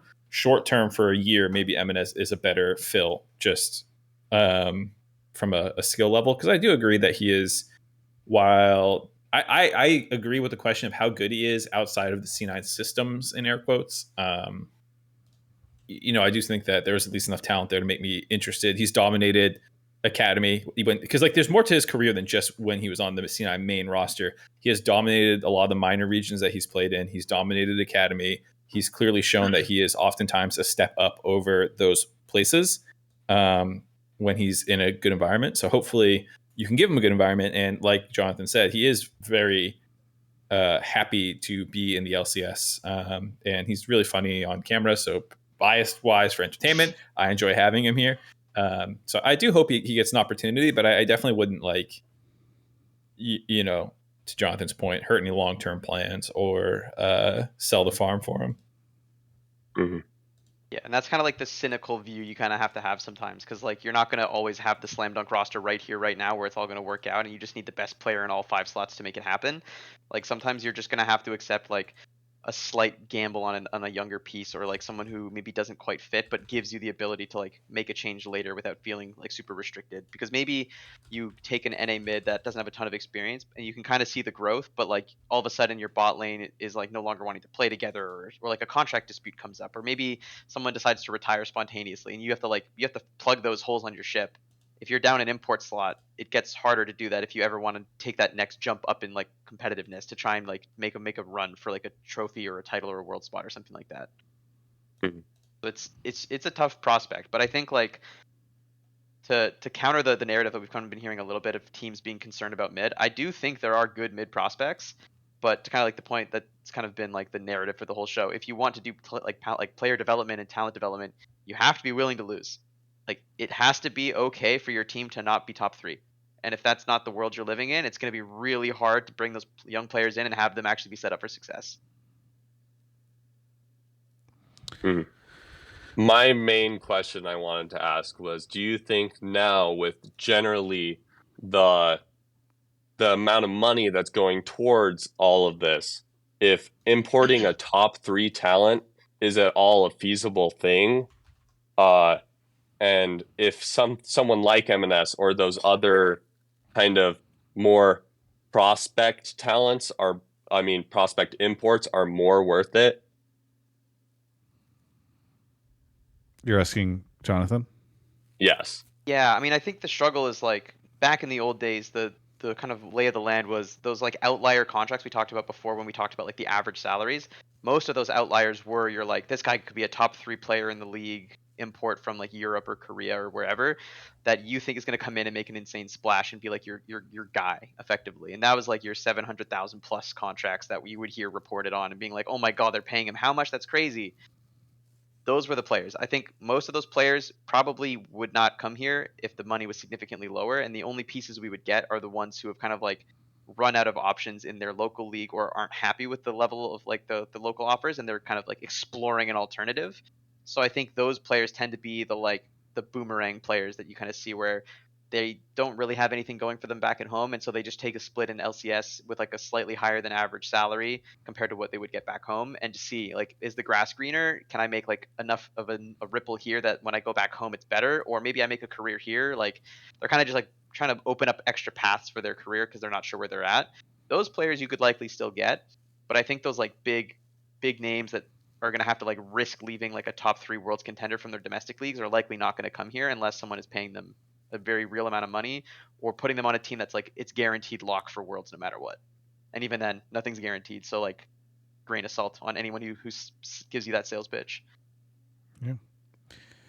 All right. Thank you so much, Stormblessed, for the call. Really do appreciate the name. Are you reading through the most recent book, Sunlit, or have you finished it yet? It depends on what I'm planning to do with my wife. We were initially going to listen to it, but our listening to it time has diminished, so I don't know yet. Yeah. Well, I'm I not think finished. The narrator for it is great. I'm many hours into it and really enjoying it. So I'm going to be on a panel actually discussing it at his Dragonsteel event. So I don't know if you'll be there. Nice. Hopefully, I hope to be there. Yeah. All right. Well, anyway, thank you so much for the call. Anything you want to shout out? I'd like to shout out Cloud9. I'd like to shout out Jack. I really like the team. I've been primarily a fan of them since I started in 2020. I'd like to shout out EMENES. Been a huge fan of his streams. Been a huge fan of seeing his work ethic and his excitement to be here. And I'd like to shout out you guys and your sponsor, Alienware. Thank you so much. Thank you for having me on. Yeah, no, I really appreciate you coming on. Thank you. Hey, actually, that's a quick question for you guys. When was the last time C9 made in an off season more than a two-player switch? I feel like they make very incremental changes. You count the Sven like role swap as like a change? I guess, but not really. Because like technically that's like the closest you could get is like him role swapping plus bringing in a new AD. Yeah, but that was even split still because they used Winsome for the first one. So it was 2 in the bot lane. And then, but Fudge. If you don't count that, it's definitely been a while. Wait, who was their mid then? Fudge went mid, right? Right. They have Summit. So that was 3. Okay. That's fair, I guess. I think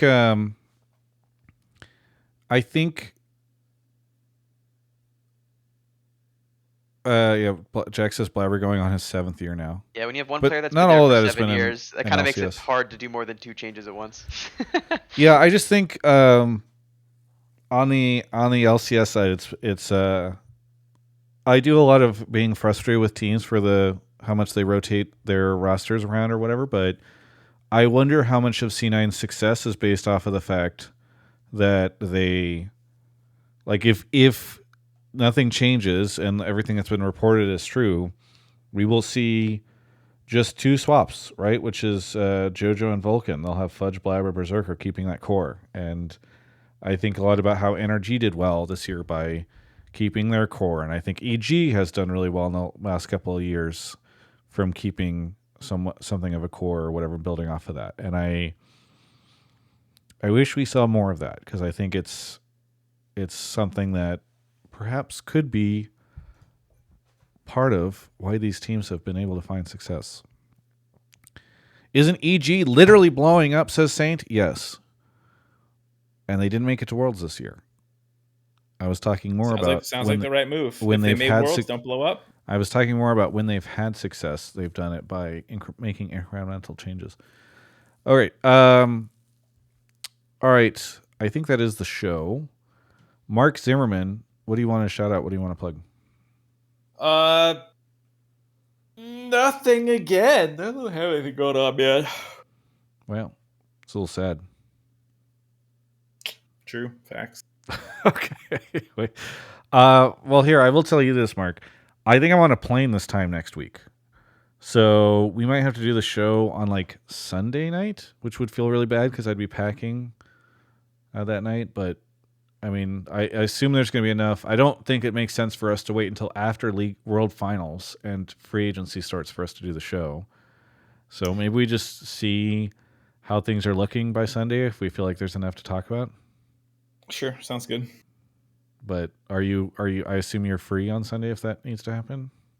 Yeah, I mean, I'm pretty much not doing much, I don't think, until like Thanksgiving time rolls around. And I'm going home for a little bit. I know. I just know that you have sometimes where you're like, oh, I'm going to Disneyland, or I'm girl and I got the fiance and I have something that's going on or something. The Francois and I don't think there's anything going on. All right. Really quickly, I will, before I give Jonathon his shout out, I will shout out Director Donut, Norvek, and Insekebob for the subs over on YouTube, and Ruby C for for continuing to be a member on the YouTube channel, and Coca-Cola, Cabal of Coca-Cola. Thank you for the 50 Swedish kroner. I don't know what that equals in US dollars. I'm going to pretend it's a huge amount, and I'm rich now. Jonathon, where can people find your resume and your contact information for employment opportunities? Yeah, I think Twitter's probably the best way to just get in, because otherwise I have to kind of give my personal email, which is maybe not ideal to throw out into the world. Sure. So Twitter's probably the best bet. As you can see above my head right up here somewhere, up here, at Comicause Platypus. It's the dumbest ad ever, but, you know, Xbox Live does crazy things to a person, and I'm kind of stuck with it. That would be the best bet. And you are open to consulting, I assume, and all those types of I'm open to anything, bro. I gotta pay rent. Yeah, exactly. Unfortunately, I do need a visa to work in the U.S., which is an extra little asterisk next to everything. Yeah. Well, either way, thank you for coming on the show. I really do appreciate it. I mean, I know we poked fun and took things pretty light around your departure from the team, but I think, one, you did a great job of building a roster of players that people have really enjoyed watching and have found a lot of success, and it's been great. And I know that you were also a pretty big role in some of the development of players over on Golden Guardians before then, so it's been great. And I really hope that you find something, and if you don't find something in the near future, that you can at least chill and relax and have a nice little break while we figure out what's next. So thank you for that. For everyone else, thanks for watching. Really appreciate it. We'll have some more content coming out on the YouTube channel. I have had some folks asking, hey, you know, sometimes, Travis, these videos come out a little bit late. Part of that is just us pacing the content out on the YouTube channel so that we don't drop 4 videos on one day and none for 5 days afterwards. That has to do as much with the YouTube algorithm as it does with the need to just make sure that folks are able to get content every day. But yeah, we'll have some good stuff coming on. I'm going to go over to Worlds for finals. It sounds like the ink has not been signed on that deal, but unless something falls apart last minute, we should be good. And thank you everyone watching. I know I give YouTube some shit, but thanks everybody over on YouTube as well for watching. So it's been Hotline League. We'll see you probably Sunday.